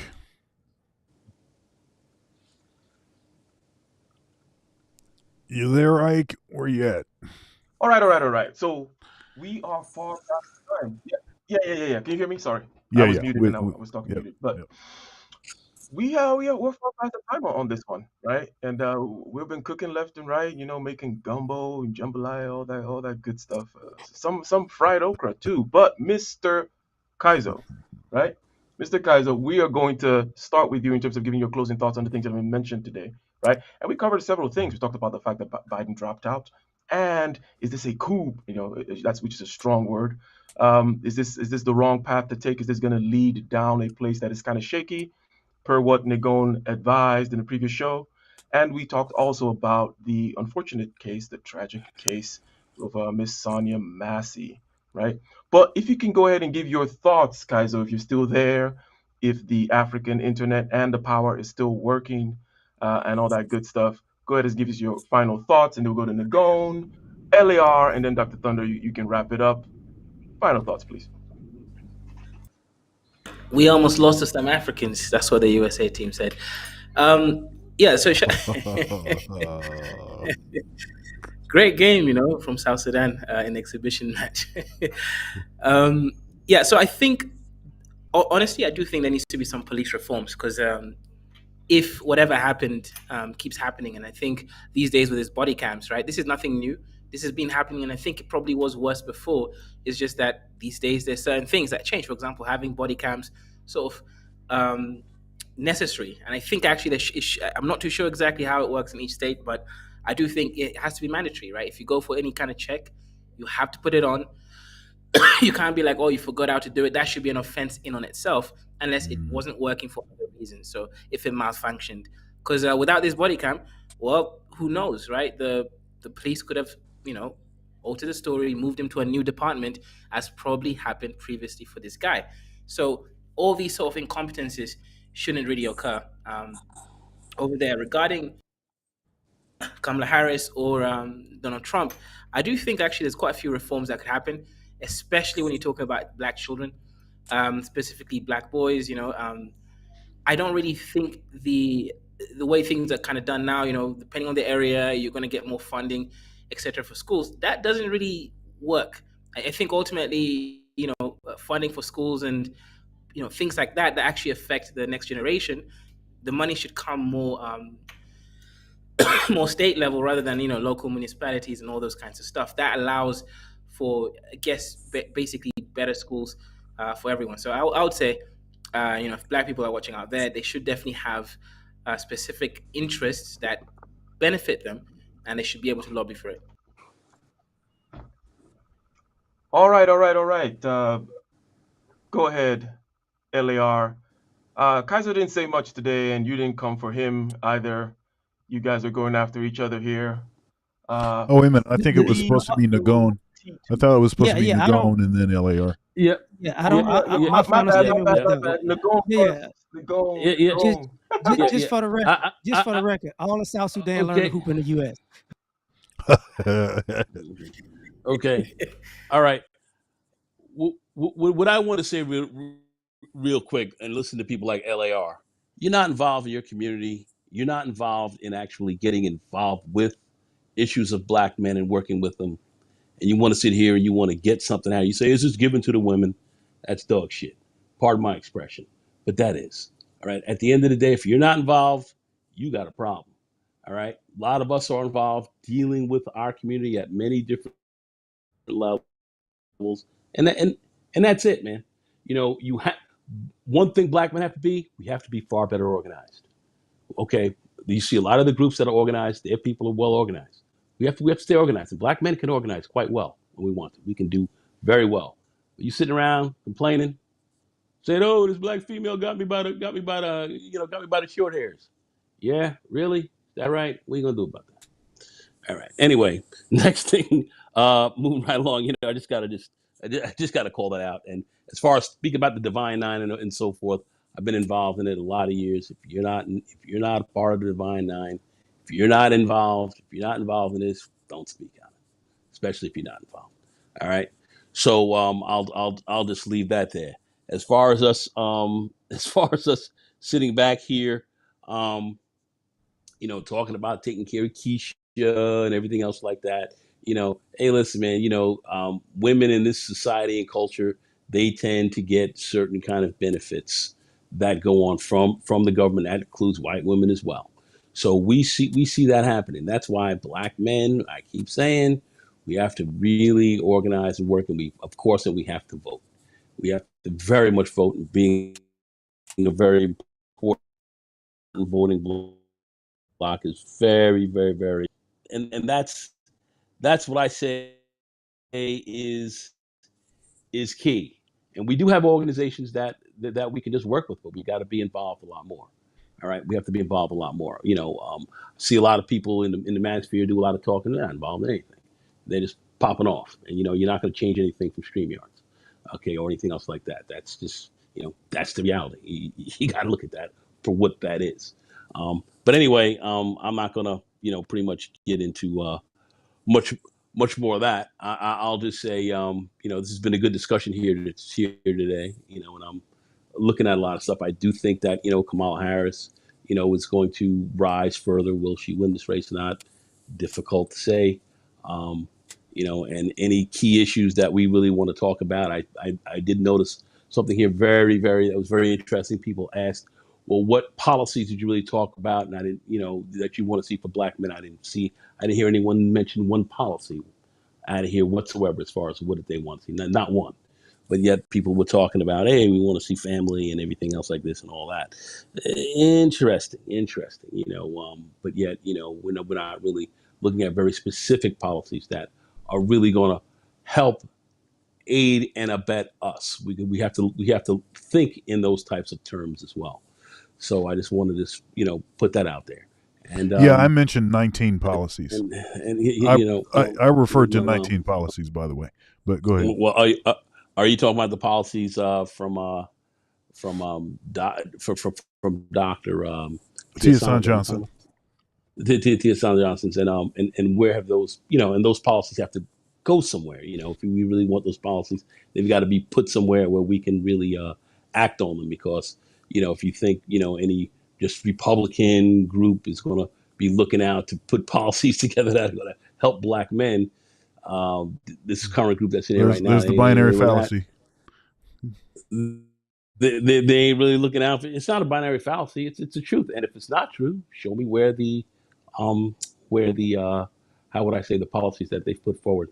Yeah, no. The binary fallacy is if I say something critical of Democrats, then you suggest that I'm saying something Republican. This doesn't have a well. That's apparently what we're talking about, because we're in a political season. So we're going to sit here and talk about policies and getting certain things done. Well, there's one or two ways, or one or two there are two parties that we got to talk about how some of this is going to come down. So I'm just keeping it real. Outside of that, that's pretty much about it. I really appreciate coming up here and talking with you guys here today. And hey, listen.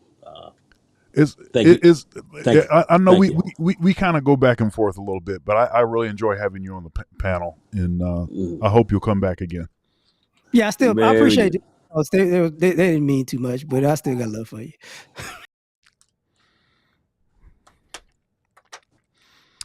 All right. Oh yeah, I mean, hey, listen, I've got mad love for you. At that time, but I think you're breaking up and stuff. But that's cool. We'll see you next time. LAR, what you got? Shout out to South Sudan. They balling. Shout out to them. That's all. That's it. Yeah, and the going is Trump in blackface. But anyways, Dr. Thunder, you can take us out. Trump in blackface? Oh my gosh. Yeah. Okay. Thank you. Hey, listen, thank you very much. Yeah, he's real dark. He's got really dark blackface too, because you see that square. You see his window right there. He's actually in there. He's in there. You just can't see him. Okay. Anyhow, you don't smile very much. Oh, sorry, that's a bad joke. So anyhow, yeah, this has been it's been a great show. Thanks, folks, for being here. 4 p.m. Eastern Standard Time on Sundays. The highest level conversation on the most relevant topics in this space. with an all-star panel. We've had a really great conversation. Once again, we talked about Sonya Massey. We talked about Big Mamala, and your mama black. Don't you be going against Big Mamala.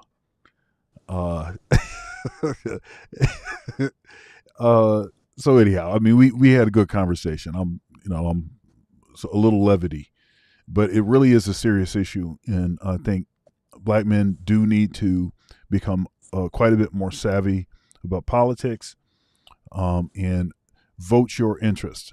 And I think that if black men do that, I've been calling black men the new political X factor.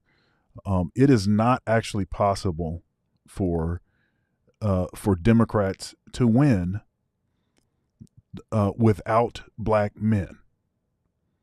It's not possible.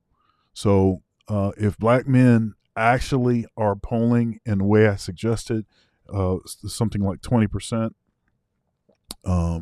not in support of Big Mamala, if that actually is the case, and if that for any reason begins to increase, that's going to make it impossible for Democrats to win. And so there's going to be all kinds of shaming tactics used. And I think that many of these shaming tactics, brothers, just that, we've developed a thick skin to. I expect people to do it. And look, man, I work at I work in Big Ten. I'm in the academy, right? Big Ten. And I anticipate heavy politics, shaming, and all kinds of stuff. And I wish a ninja would tell me to my face that I should be ashamed for not supporting Big Mamala. I hope a ninja will do that to me in public. That's not going. They're not going to like what I have to say. But because I am not a fan of Big Mamala, does not mean that I am a fan of, the scumbag on the other side, as it were, or the Republican candidate. Okay, so I can be critical of both, and I can decide that voting third party is in my best interest. And that's what I've been doing for about the last 20 years. So that doesn't mean that I'll never vote for a Democrat or I'll never vote for a Republican. But it's very, very difficult for me to vote for Democrats. So anyhow, that's where we're at. Thanks for being here, and we'll see you next time. Case closed. Peace. Peace.